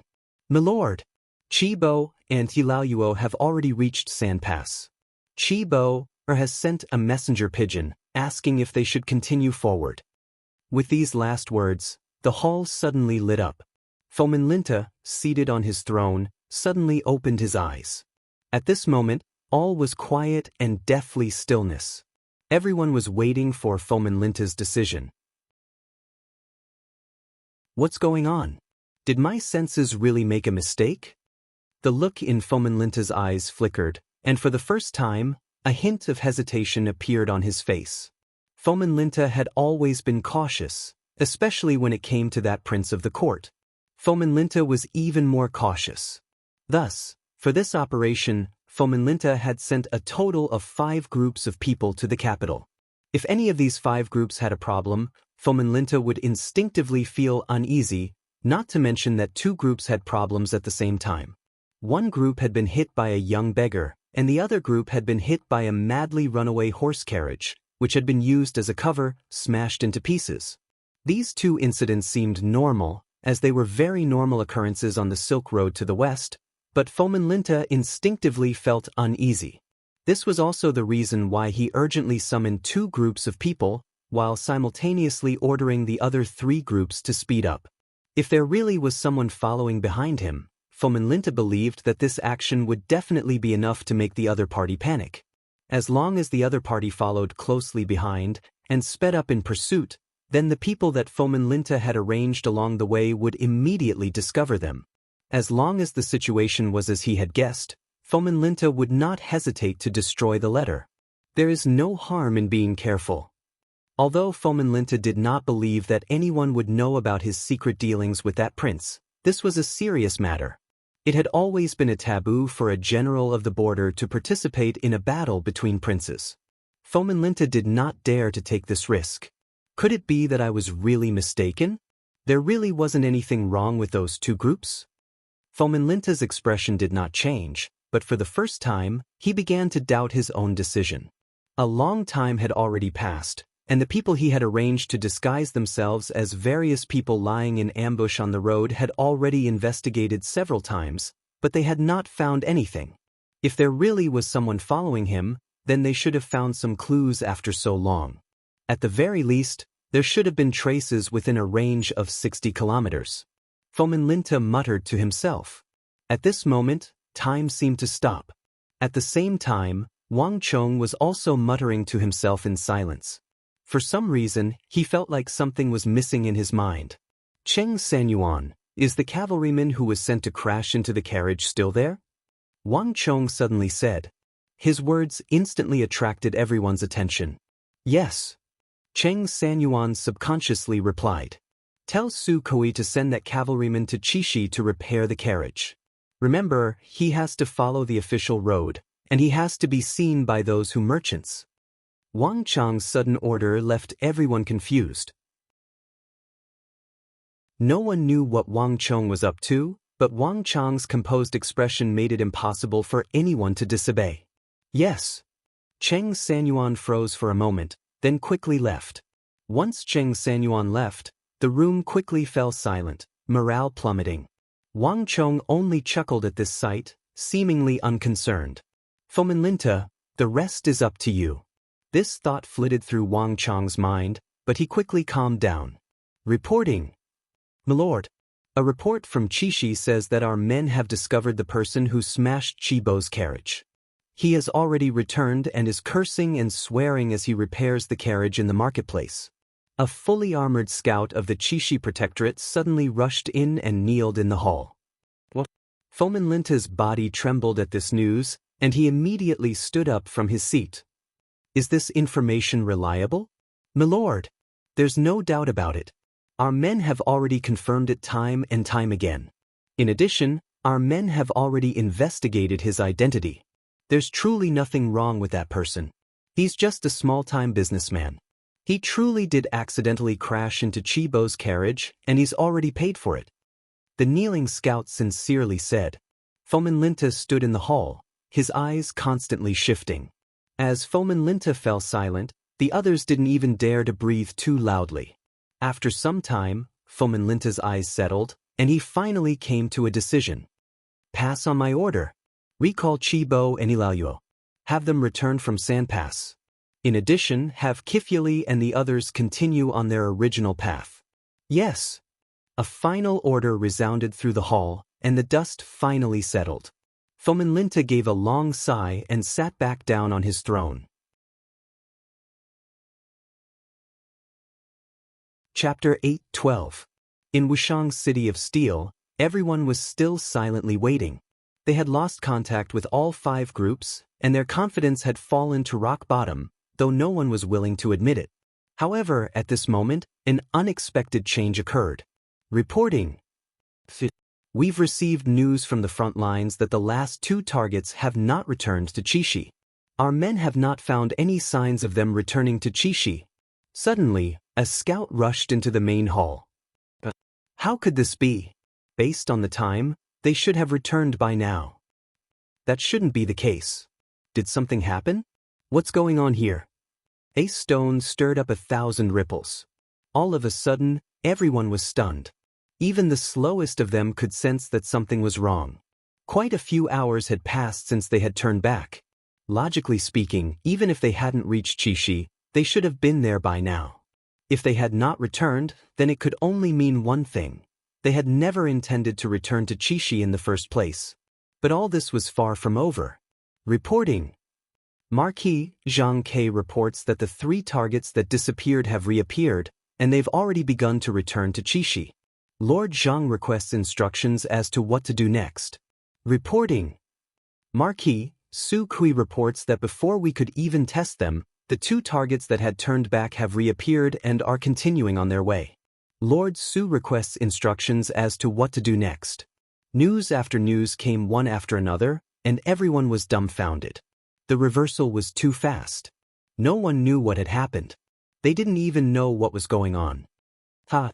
In the hall, Wang Chong suddenly laughed. This was the first time a smile had appeared on his face.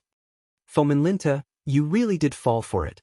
Although the people in the hall still had no idea what had happened, Wang Chong knew that he had guessed correctly, gambled correctly, and acted correctly. Fomenlinta's actions were indeed baiting him. He had 3 groups of people speed up while the other 2 groups returned. This was all to lure him into the trap. However, he still failed in this round of competition. The devil rises 1 foot, the Taoist rises 10. Fomenlinta, you're still not patient enough. Wang Chong laughed. He was almost certain that when he asked Su Kui to send out the cavalryman who crashed into the carriage, it must have been effective. Otherwise, Fomenlinta wouldn't have been so coincidental. Not long after he made this decision, Fomenlinta had immediately sent those people back. Tell Su Kui and Zhang Ke to proceed with the original plan. Continue to follow the last 2 targets, but don't alert them before they reach their original turning point. As for the other 3 targets, since they've already returned, there's no need to pay attention to them anymore. Wang Chong said. This simple sentence immediately played the role of a stabilizing force, calling everyone's attention back to the present. This subordinate understands. The scout quickly left. Everyone in the room couldn't help but look ashamed. It was clear that Wang Chong's judgment had been correct. If they had pursued just now, they really would have failed and drawn Fomenlinta's attention. When they thought about how they had suspected Wang Chong of making the wrong decision not too long ago, they felt even more ashamed. All right, there's no need to worry about these minor matters. Let's get moving. Wang Chong waved his hand and indifferently said. Even with the advantage of foresight, he had to expend a great deal of effort to deal with a crafty old fox like Fomenlinta, let alone them. This sort of performance was normal. A contest of this level was not something they could participate in. Now, the dust has finally settled. Wang Chong looked out the door. The dark clouds over the city of steel had finally dispersed. At this moment, Wang Chong felt much more relaxed. Su Kui quickly sent word that the person with the black jade symbol on his right wrist had been found. It was one of the 2 people Su Kui had sent, and Zhang Ke's Rock Eagle were currently tracking him. But there was still one problem. Wang Chong still had no way of confirming that the most important letter was in that person's hands, nor could he confirm that Fomenlinta had separated the letter from the person. Marquis, since we've already confirmed our target, we only need to capture both of them if necessary. The letter is definitely with the 2 of them, Cheng Sanyuan suggested. There's no need. The people Fomenlinta sent are definitely his trusted aides. We just need to confirm that it's the 2 of them. There's no need to raise Fomenlinta's vigilance over such a minor matter. In addition, both Wushang and San Pass are too close to Chishi. It's hard to say if Fomenlinta has some other method to ensure the safety of the letter on the way. Rash actions are far too dangerous, and they might even provoke an extreme reaction from Fomenlinta. Wang Chong said. There was something else that Wang Chong did not say. This matter did not just involve Fomenlinta, but also that person in the capital. If a problem occurred in Chishi and that prince was alerted, Fomenlinta's mission would also fail. Toppling an imperial great general like Fomenlinta was not as simple as one might imagine. Li Sai, send a letter to the King of Song. Send him a drawing of the target. Leave the rest to the King of Song. This general will do as you say. A deep voice came from behind him, accompanied by the clanging of armor. Li Sai quickly turned and left the hall. Flap flap. A few moments later, a carrier pigeon soared into the sky, flying toward the capital. In the room, with everything set up, Wang Chong felt like a stone had been lifted from his heart. Reporting. Marquis, there's a lady outside called Su Yichin requesting an audience. She says that she's your friend. At this moment, a series of footsteps suddenly rang out from outside. A scout hurriedly walked in with the sound of a gust of wind. What? So fast. Wang Chong's eyes brightened, his mind rejoicing. Under the surprised gaze of the scout, he quickly strode through the door and vanished. Within the city of steel, one building after another had risen from the ground, and the place was bustling with activity. This originally barren land had gradually begun to take the shape of a city. It was completely different from how it was before. In the battle at Uzin's Triangular Gap, Fomenlinta had blamed it on himself, claiming that he had stolen Wang Chong's achievements. But to those scions of the great clans who had mingled with Wang Chong, this matter could not be any clearer. That major victory had been an enormous impetus to the construction of the City of Steel. It had made many great clans extremely confident in the security around Wushang, as well as the defensive capabilities of the City of Steel. If a force that could scatter the corpses of the elite Uzun soldiers wasn't strong enough, then it would be impossible to find a stronger one. This matter had caused the great clans of the capital to rapidly increase their investment in the city of steel, not doubling their investment, but 7 or 8 times, sometimes even 10 times. This massive investment had caused the construction of the city of steel to reach a new peak, and the speed of construction was on a completely different level from before.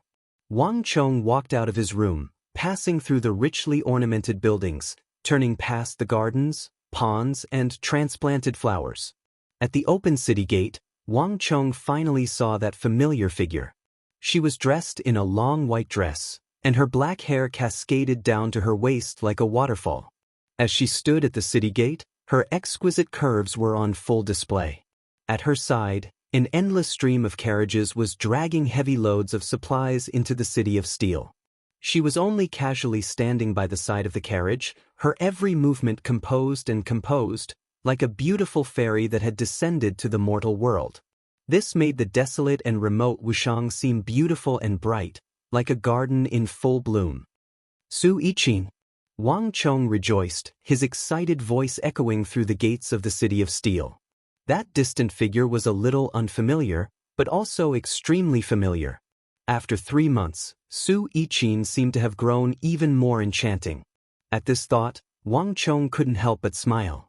Su Yiqin's body trembled and she subconsciously turned her head. The moment she saw Wang Chong, that graceful and elegant aura that seemed to have been nurtured by the Thousand Mountains Lake immediately became like the spring sun, bathing in the spring wind. This smile was so enchanting that Wang Chong's footsteps paused, and he couldn't help but become a little absent-minded. Wang Chong. Su Yiqin strode forward. She made no attempt to conceal the joy on her face. This is the city of steel you spoke of? It's even grander than what you described in your letter. There was a smile on Su Yiqin's lips. It was like she had been in the city of steel for a very long time. Her eyes glowed as she gazed at the towering city of steel, making no effort to conceal her admiration.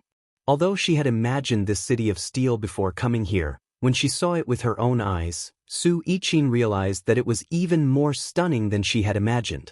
When she thought about how everything here was Wang Chong's handiwork, Su Yiqin couldn't help but feel even more admiration. That youth who had defeated her in chess at Deflecting Blade Manor had become even more dazzling, even more handsome. Everything that was impossible became easy in his hands. It was as if there was nothing in this world that he couldn't do. It truly is grand, but there are some things that only you can accomplish. Let's go. I'll take you around. In addition, you must be tired from this long journey.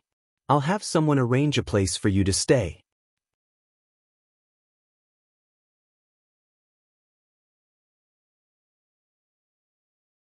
Chapter 8:13. Every city had been built from scratch, and there were hundreds of things waiting to be done. Moreover, the construction of a fief involved many aspects, and it was far from something that Wang Chong could manage alone. At present, on Wang Chong's side, only Su Yiqin had the ability to manage all sorts of complicated matters in an orderly and proper manner. More importantly, war was not just a competition of strength, but also logistics. In the future Battle of Talas, Wang Chong could not focus on so many things at once. He needed someone to share the pressure and manage the logistics. Su Yiqin softly replied with a smile as she followed Wang Chong's footsteps. The two of them stood side by side, a beautiful sight that attracted the gazes of countless people in the city of steel. Su Yiqin followed behind Wang Chong, a smile on her lips as she curiously looked around, unaware that she and Wang Chong had become the center of attention. Time slowly passed. While Wang Chong was in Wushang handling the affairs of the city of steel, on another front, Zhao Jingdian was also dealing with the cement road. War cries resounded over the road. From the capital to the western regions, an unprecedented road forged from cement was being built, stretching across the earth like an awakened dragon. Countless clans, manpower, and resources poured into this unprecedented cement road like a surging river. Every day, dozens of li, even hundreds of li of roads were being built on this road leading to the western regions. The smoothness, and hardness of the road left everyone sighing in praise. Everyone was excited and delighted to see an unprecedented, brand new path system taking shape and expanding rapidly under their participation. The Silk Road was the Golden Road, the most famous road in the world.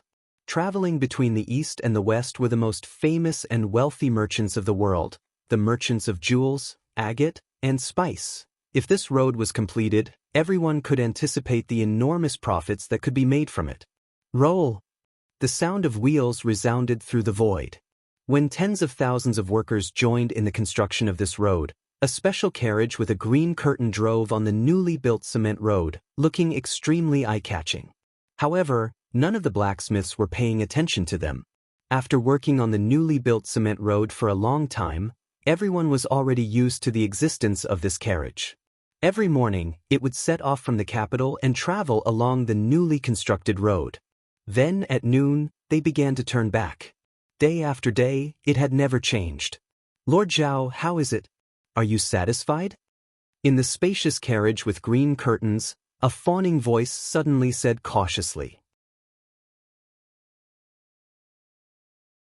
While all the craftsmen were immersed in their work, not many people noticed that in a corner of the carriage, the curtains were pulled open, and two gazes were silently looking out of the carriage window. Yes.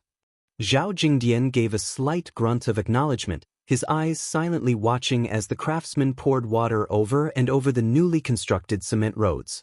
A cement road could not be simply built. Once it was completed, it still needed to be watered and maintained. This was something that Wang Chong had repeatedly emphasized in his letters.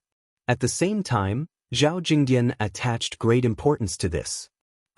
It's fine as long as Milord is satisfied.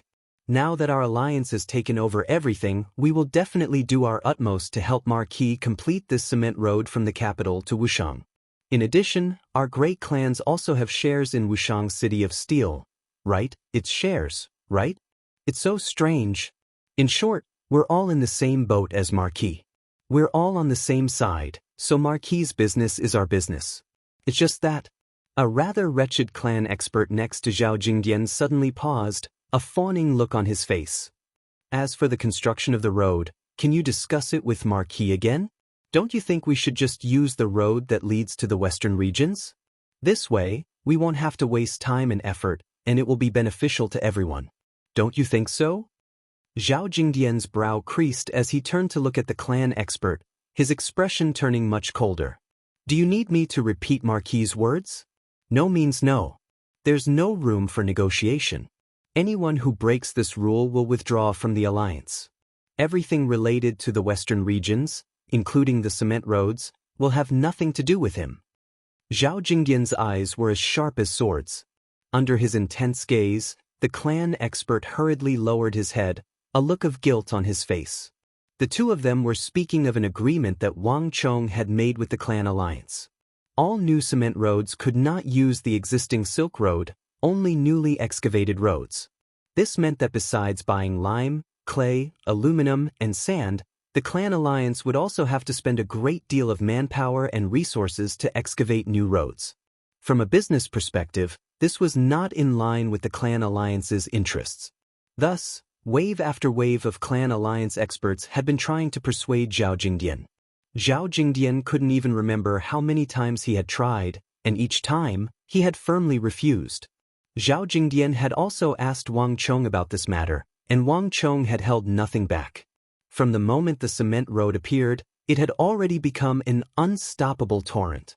If everything went as expected, regardless of whether Wang Chong agreed or not, cement roads would become extremely popular in the Tang dynasty due to their convenience and high capacity. This meant that it wouldn't just be from the capital to the western regions, but throughout the entire Tang dynasty, cement roads would also appear. What Wang Chong wanted to avoid was this sort of clan alliance encroaching on existing roads, building cement roads over them, and then collecting tolls. This would cause the common people to complain, turning a project that was supposed to benefit the Tang dynasty into a project that would suck away the wealth of the people, a project that would not benefit the empire. This was the exact opposite of Wang Chong's original intentions. Thus, Wang Chong would never agree, and this was what Wang Chong had repeatedly urged him to do. No matter how much the clan alliance tried to persuade him, Zhao Jingdian would never agree. Lord Zhao, Please forgive this one for speaking out of turn. The clan alliance expert hurriedly changed the subject. At the current speed, how long do you think it will take to reach Wushang? Zhao Jingdian suddenly asked, not bothering to argue with them. It should take at least 4 or 5 months. The clan expert said, but he didn't seem very enthusiastic. It was clear that Zhao Jingdian's answer was not what he had hoped for, and he had taken a blow. We don't have that much time. This kind of progress is too slow. Zhao Jingdian frowned. This number was very different from what he had expected. Go back and tell the alliance of aristocratic families that although the young master can't agree to use the original official road to build a cement road, if you can complete the construction within 3 months, the young master can still give you another 5% of the profits on the original basis. And if you can finish in 2 months, our young master can give you 10% of the profits. Zhao Jingdian's words immediately caused the dejected clan expert's eyes to brighten and his spirits to rise in excitement. Is Lord Zhao speaking the truth? The clan expert asked, his eyes bright. The contract Wang Chong had signed with the clan alliance was permanent. In the future, all cement roads built by the Tang dynasty would be governed and bound by this contract. Although it was only a difference of 5% or 10%, the profits involved were unimaginably massive. And for the next few decades, centuries, or even millennia, this contract would be permanent. This was the charm of the contract between Wang Chong and the clan alliance. If Wang Chong could permanently give up 10% of the profits, the clan alliance would go crazy. All the great clans would pay any price to complete the cement road from the capital to Wushang. Compared to the enormous profits they could bring in the future, the losses they had to pay now were negligible. This was something that all the aristocratic families could rationally analyze. Our young master's words are worth their weight in gold. When has he ever gone back on his word? Zhao Jingdian indifferently asked. Wonderful. My lord, please wait a moment. I will return to the alliance and discuss this with the elders. The elders will definitely agree to it. After saying this, the aristocratic family expert suddenly opened the car door and quickly disappeared outside the door, heading towards the location of the aristocratic family alliance at lightning speed. Bang! As expected, Zhao Jingdian's report of Wang Chong's words quickly set off a massive uproar in the clan alliance. No one had expected Wang Chong to give up such a large share of the profits. These conditions were simply irresistible. In an instant, the aristocratic family alliance quickly responded. Deal! With this new agreement, the construction of the cement road began to advance by leaps and bounds, undergoing a qualitative transformation. The speed of construction, which had already reached its peak, was immediately pushed to a new level, becoming even more frenzied. And for the sake of obtaining the share of profits from Wang Chong, the great clans put aside much of their clan's business and devoted all their resources to this project, even sending many clan experts to supervise the work. The construction of the cement road instantly sped up several times. Putting aside Zhao Jingdian and the matter of the cement road, time flew by, and a tense atmosphere was slowly building up in a place nearby. Have you found anything? Outside the southern gate of the capital, a magnificent carriage was parked on the side of the road. Next to the carriage was a middle-aged man of around 40, his hands held behind his back and exuding an air of nobility as he silently waited. Streams of people passed by, but just by standing there, the middle-aged man exuded an aura that stood out like a crane among chickens.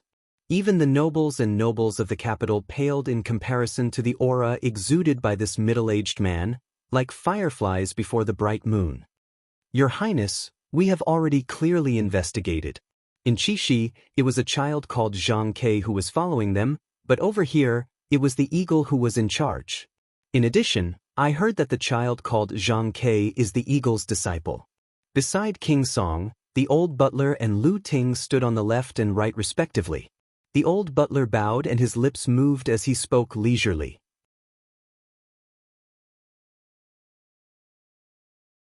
Chapter 8:14. The King of Song gave a slight nod.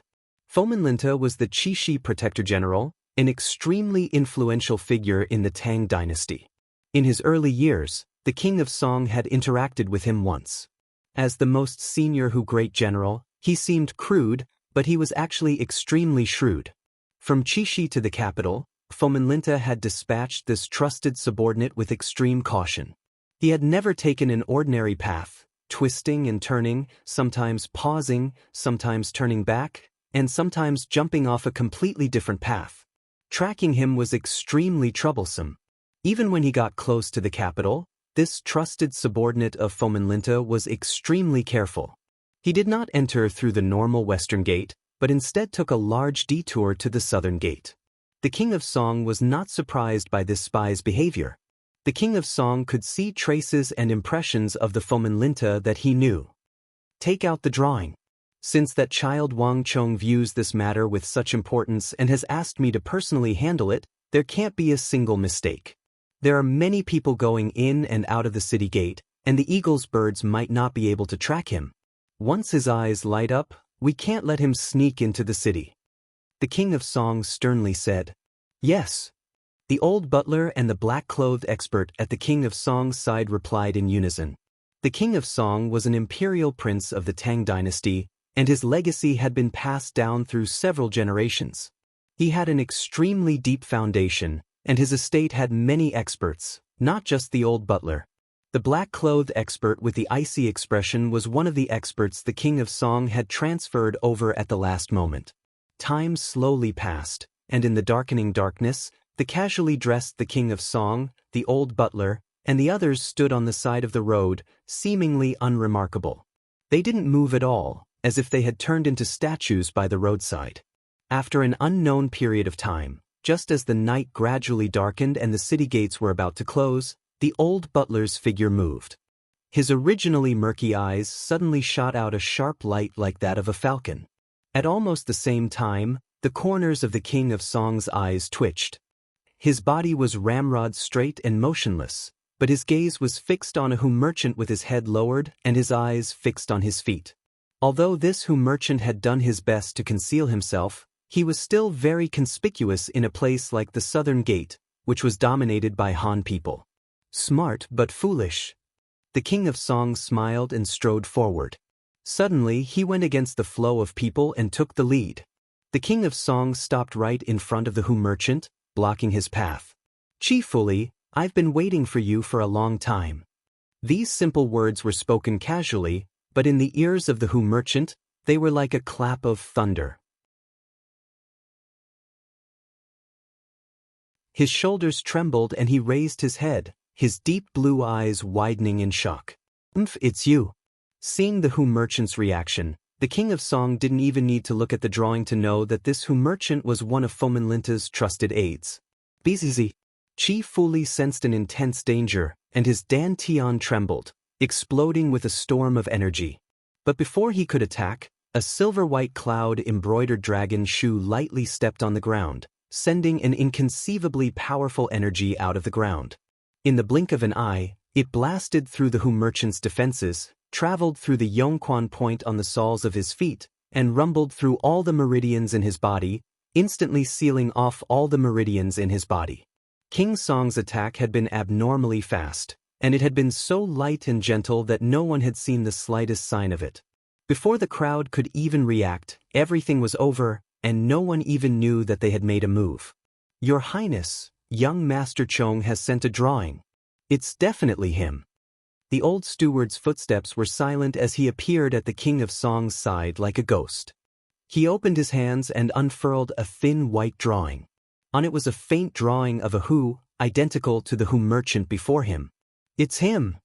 At some point, Lu Ting had walked over, one hand lifting up the Hu merchant's sleeve. On the Hu merchant's right wrist, there was a clear black jade insignia that had been branded by some unknown tool. Lu Ting did not know martial arts, and there was no need for him to do anything to stop Fomenlinta's aid. Lu Ting had another reason for appearing here.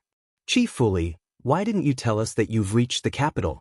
Haha, didn't your master say that he had a letter for me? Quickly, let me see. Lu Ting said with a smile on his face. He reached out with his right hand and took out a letter from Chief Fuli's bosom in a very natural and imperceptible manner. Lu Ting's expression was calm, as if he was an old friend of this Hu merchant. No one could sense anything out of the ordinary. Shua.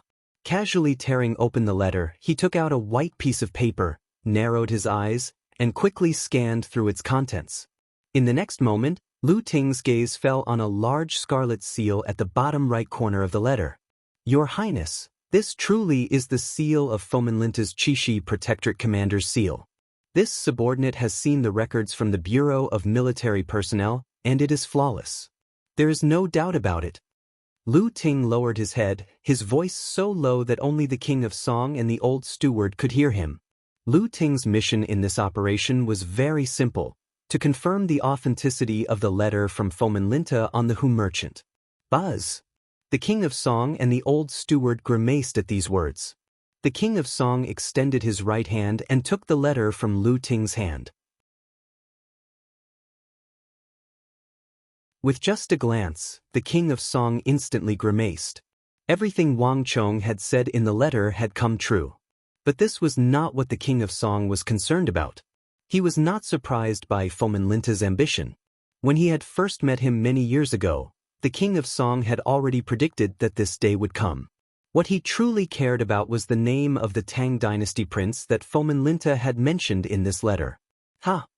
The King of Song put down the letter and stuffed it into his sleeve. He couldn't help but give a long sigh, his eyes brimming with disappointment.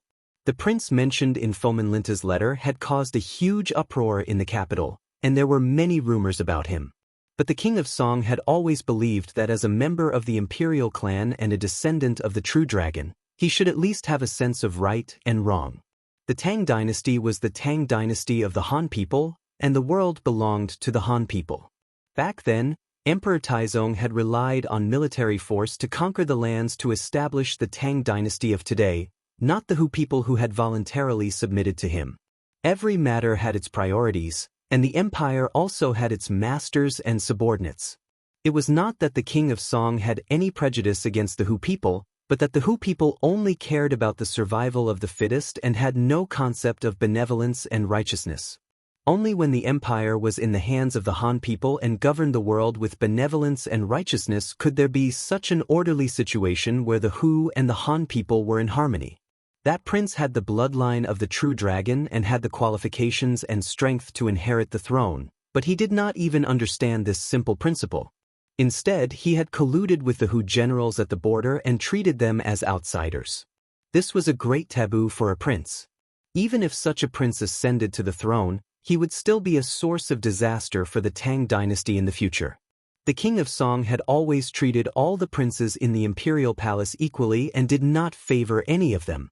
But in this situation, colluding with the Hu generals and shaking the foundations of the Tang dynasty, the King of Song could not tolerate it. Let's go. There are too many people here. Let's talk in the carriage. Countless thoughts flashed through the King of Song's mind, but he quickly turned around with his hands behind his back and the letter in his palm. In the blink of an eye, he had entered a bronze carriage without any noble clan insignia. Behind him, the old steward and the cold-faced black-clothed expert, one on the left and the other on the right, quietly and quickly entered the carriage with Fomenlinta's trusted aide. Hiya! With a shout, the carriage moved and quickly passed through the city gates, disappearing into the bustling streets in the night. Your Highness, what should we do now? Should we give this letter to His Majesty? Lu Ting asked. The atmosphere in the carriage was heavy. The letter that Fomenlinta had sent to the prince deep in the palace had first come from Lu Ting. But after entering the carriage, the letter had passed through everyone's hands and finally returned to Lu Ting's hands. The contents of the letter were too shocking. If the contents of the deal between the prince and Fomenlinta were to be leaked, it would probably cause a huge uproar. No, not a huge uproar, but an earthquake-like turmoil in the imperial court. Although Wang Chong had already mentioned it in the previous letter, only when one saw this secret letter did one realize how important it was. Right now, the initiative was in the hands of the King of Song and everyone else. Now, all they had to do was to decide whether to detonate it or not. What did Wang Chong say in the letter? The King of Song had a complicated look in his eyes as he turned his head to look at Lu Ting. Your Highness, there's no need for you to feel conflicted. Your Highness has always stayed out of the affairs of the royal palace. Chong Gongzi had already expected that even if Your Highness knew that the prince had colluded with the Hu generals, you would still feel conflicted and find it hard to make a decision. Thus, Chong Gongzi said that Your Highness need not worry about it and should just wait and see. At some point in the future, Your Highness will understand. Lu Ting said calmly. Lu Ting admired the youngest son of the Wang clan who was far away in Wusheng. On this journey, he had personally witnessed Wang Chong bring his little sister Wang Xiaoyao to the summit of the vast crane pavilion. He had also witnessed Wang Chong's efforts to turn the tide in the southwest, his triumphant return, and his rise to the rank of marquis. He had also witnessed Wang Chong devising strategies in the western regions, starting from scratch, slowly opening up the situation, and establishing his footing. This made Lu Ting feel incomparably proud of himself. Lu Ting had always been fond of promoting the younger generation, but of all of them, only Wang Chong made Lu Ting feel the most proud. Wang Chong's rise had also verified his judgment of him back then. He was a true pillar of the dynasty. It was the fortune of the world and the country for the Tang dynasty to have such a person. Hearing Lu Ting's words, the king of Song finally nodded his head. Time slowly passed, and the young man from back then grew into a great figure. There were many things that he could do for Wang Chong now.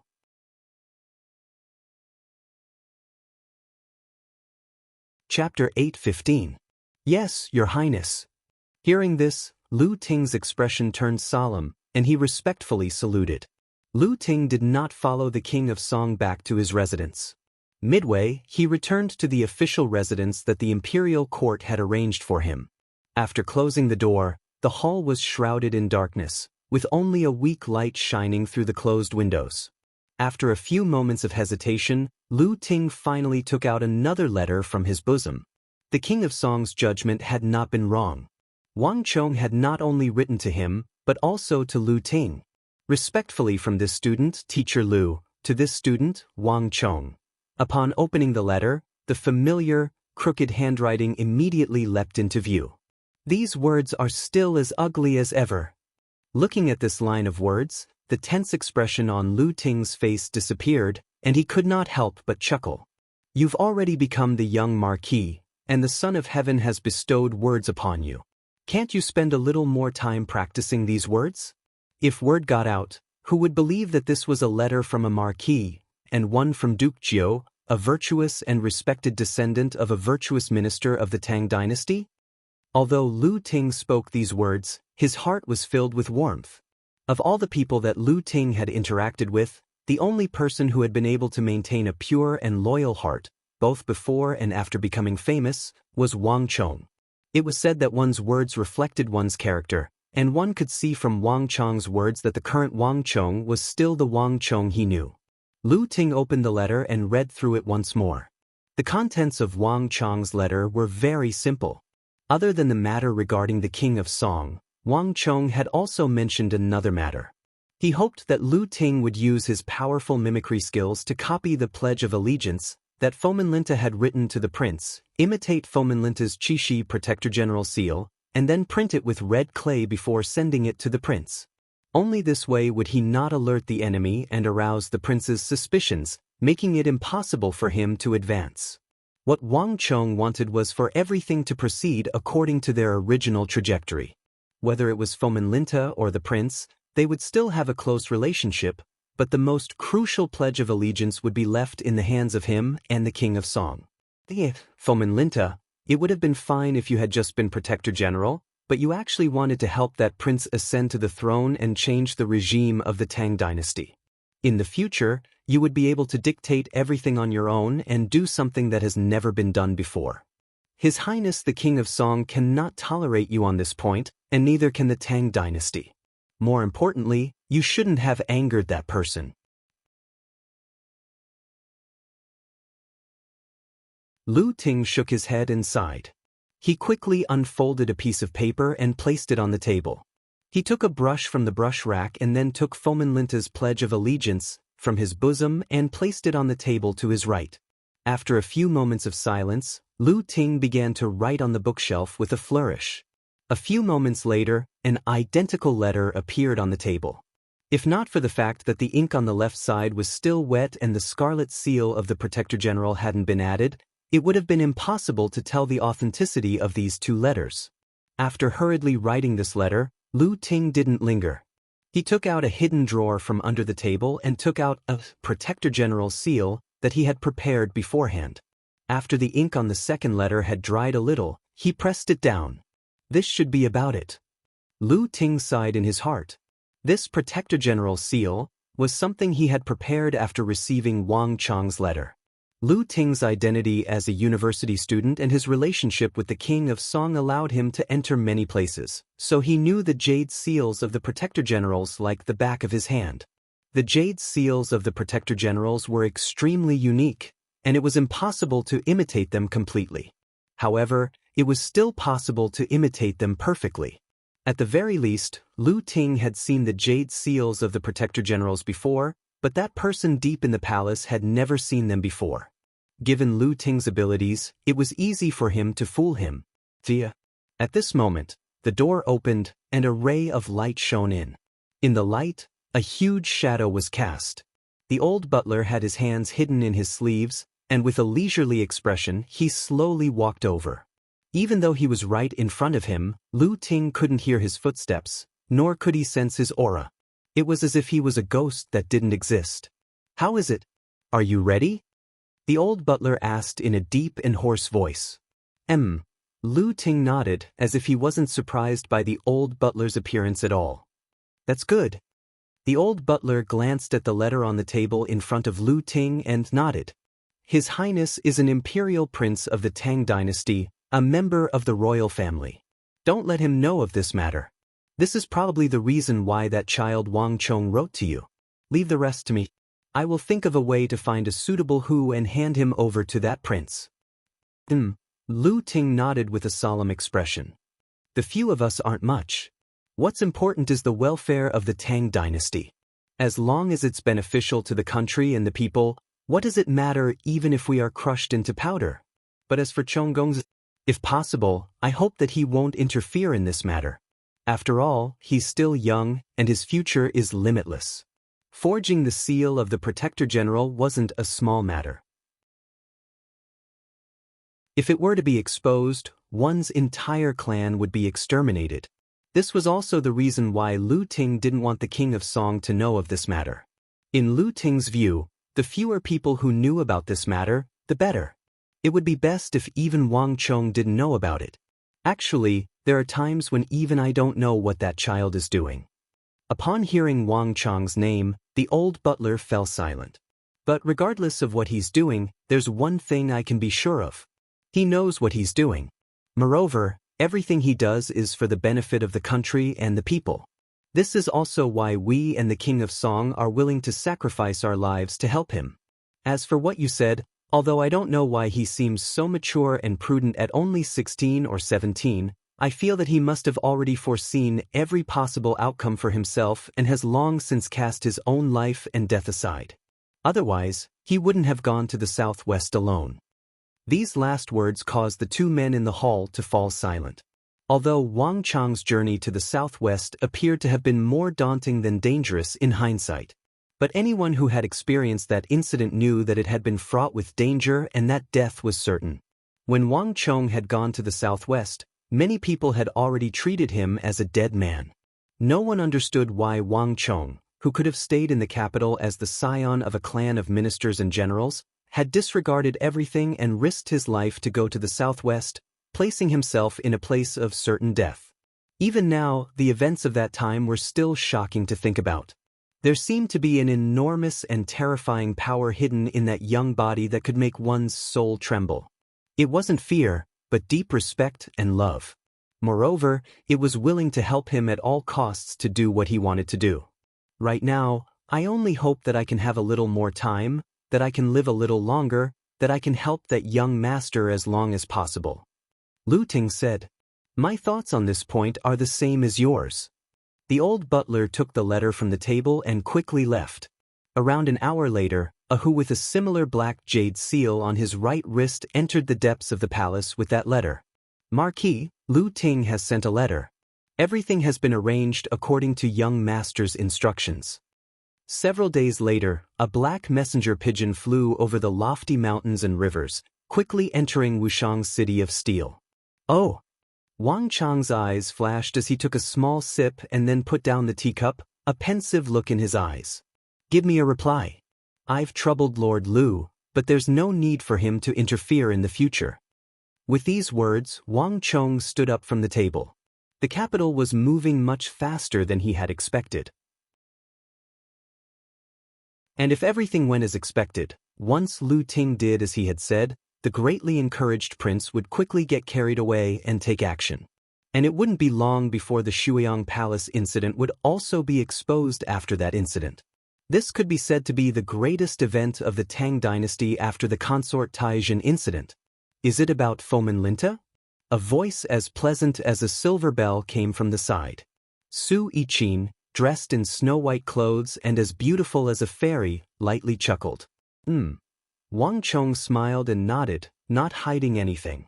With her at his side, Su Yiqin was getting more and more involved in his affairs, and her involvement was getting deeper and deeper. In the War of the Southwest, if not for her logistic support, Wang Chong would have died long ago. Thus, there were many things that Wang Chong did not hide from her. Fomin Linta stole your credit and tried to kill you at every turn. In the regional commander's incident, it was because of him that you were imprisoned in the imperial prison, so he has no effect on you. Is this because you feel uneasy because of that prince? Su Yiqin's eyes glimmered as she spoke. It seems like I can't hide anything from you. Wang Chong grunted as he smiled at Su Yiqin. Su Yiqin was both intelligent and refined, and he truly could not hide anything from her. She had only put down her teacup and taken a few steps away from the round table, but she had already understood the unease in his heart. In his last life, he had never interacted with that prince, nor had he ever participated in the War of the Princes. Although it was for the sake of the Tang dynasty, Wang Chong still felt uneasy. In truth, you should think of it this way. Even without you, this matter would still have happened. There are some things that you can only push a little, but you can't change anything.